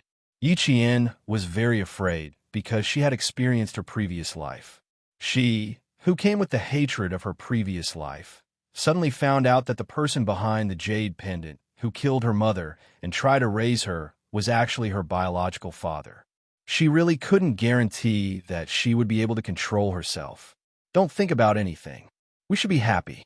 In the past, we were in the light while the enemy was in the dark. But now it's different. We're also in the dark. He wanted to spoil you, but he failed. He wanted to prevent us from reuniting with each other, but he also failed. He also wanted to see us kill each other, but he also failed. Jane Eyre, you should be happy that we've seen through his scheme. We're no longer passive and can take the initiative to attack. Why are you still afraid of something that will never happen again? Or do you not trust me? No. Yi Qian replied quickly. No, it's not that I don't trust you. That's right. Since you trust me, then what do you have to be afraid of? Father Fu stroked the top of Yi Qian's head. We're not afraid of the unknown. We're just afraid that we're not strong enough. In Dad's eyes, my daughter is strong enough. She's strong enough. There's nothing that can stop her, and I don't believe that she would be manipulated by others. Dad has so much confidence in you. Don't you have confidence in yourself?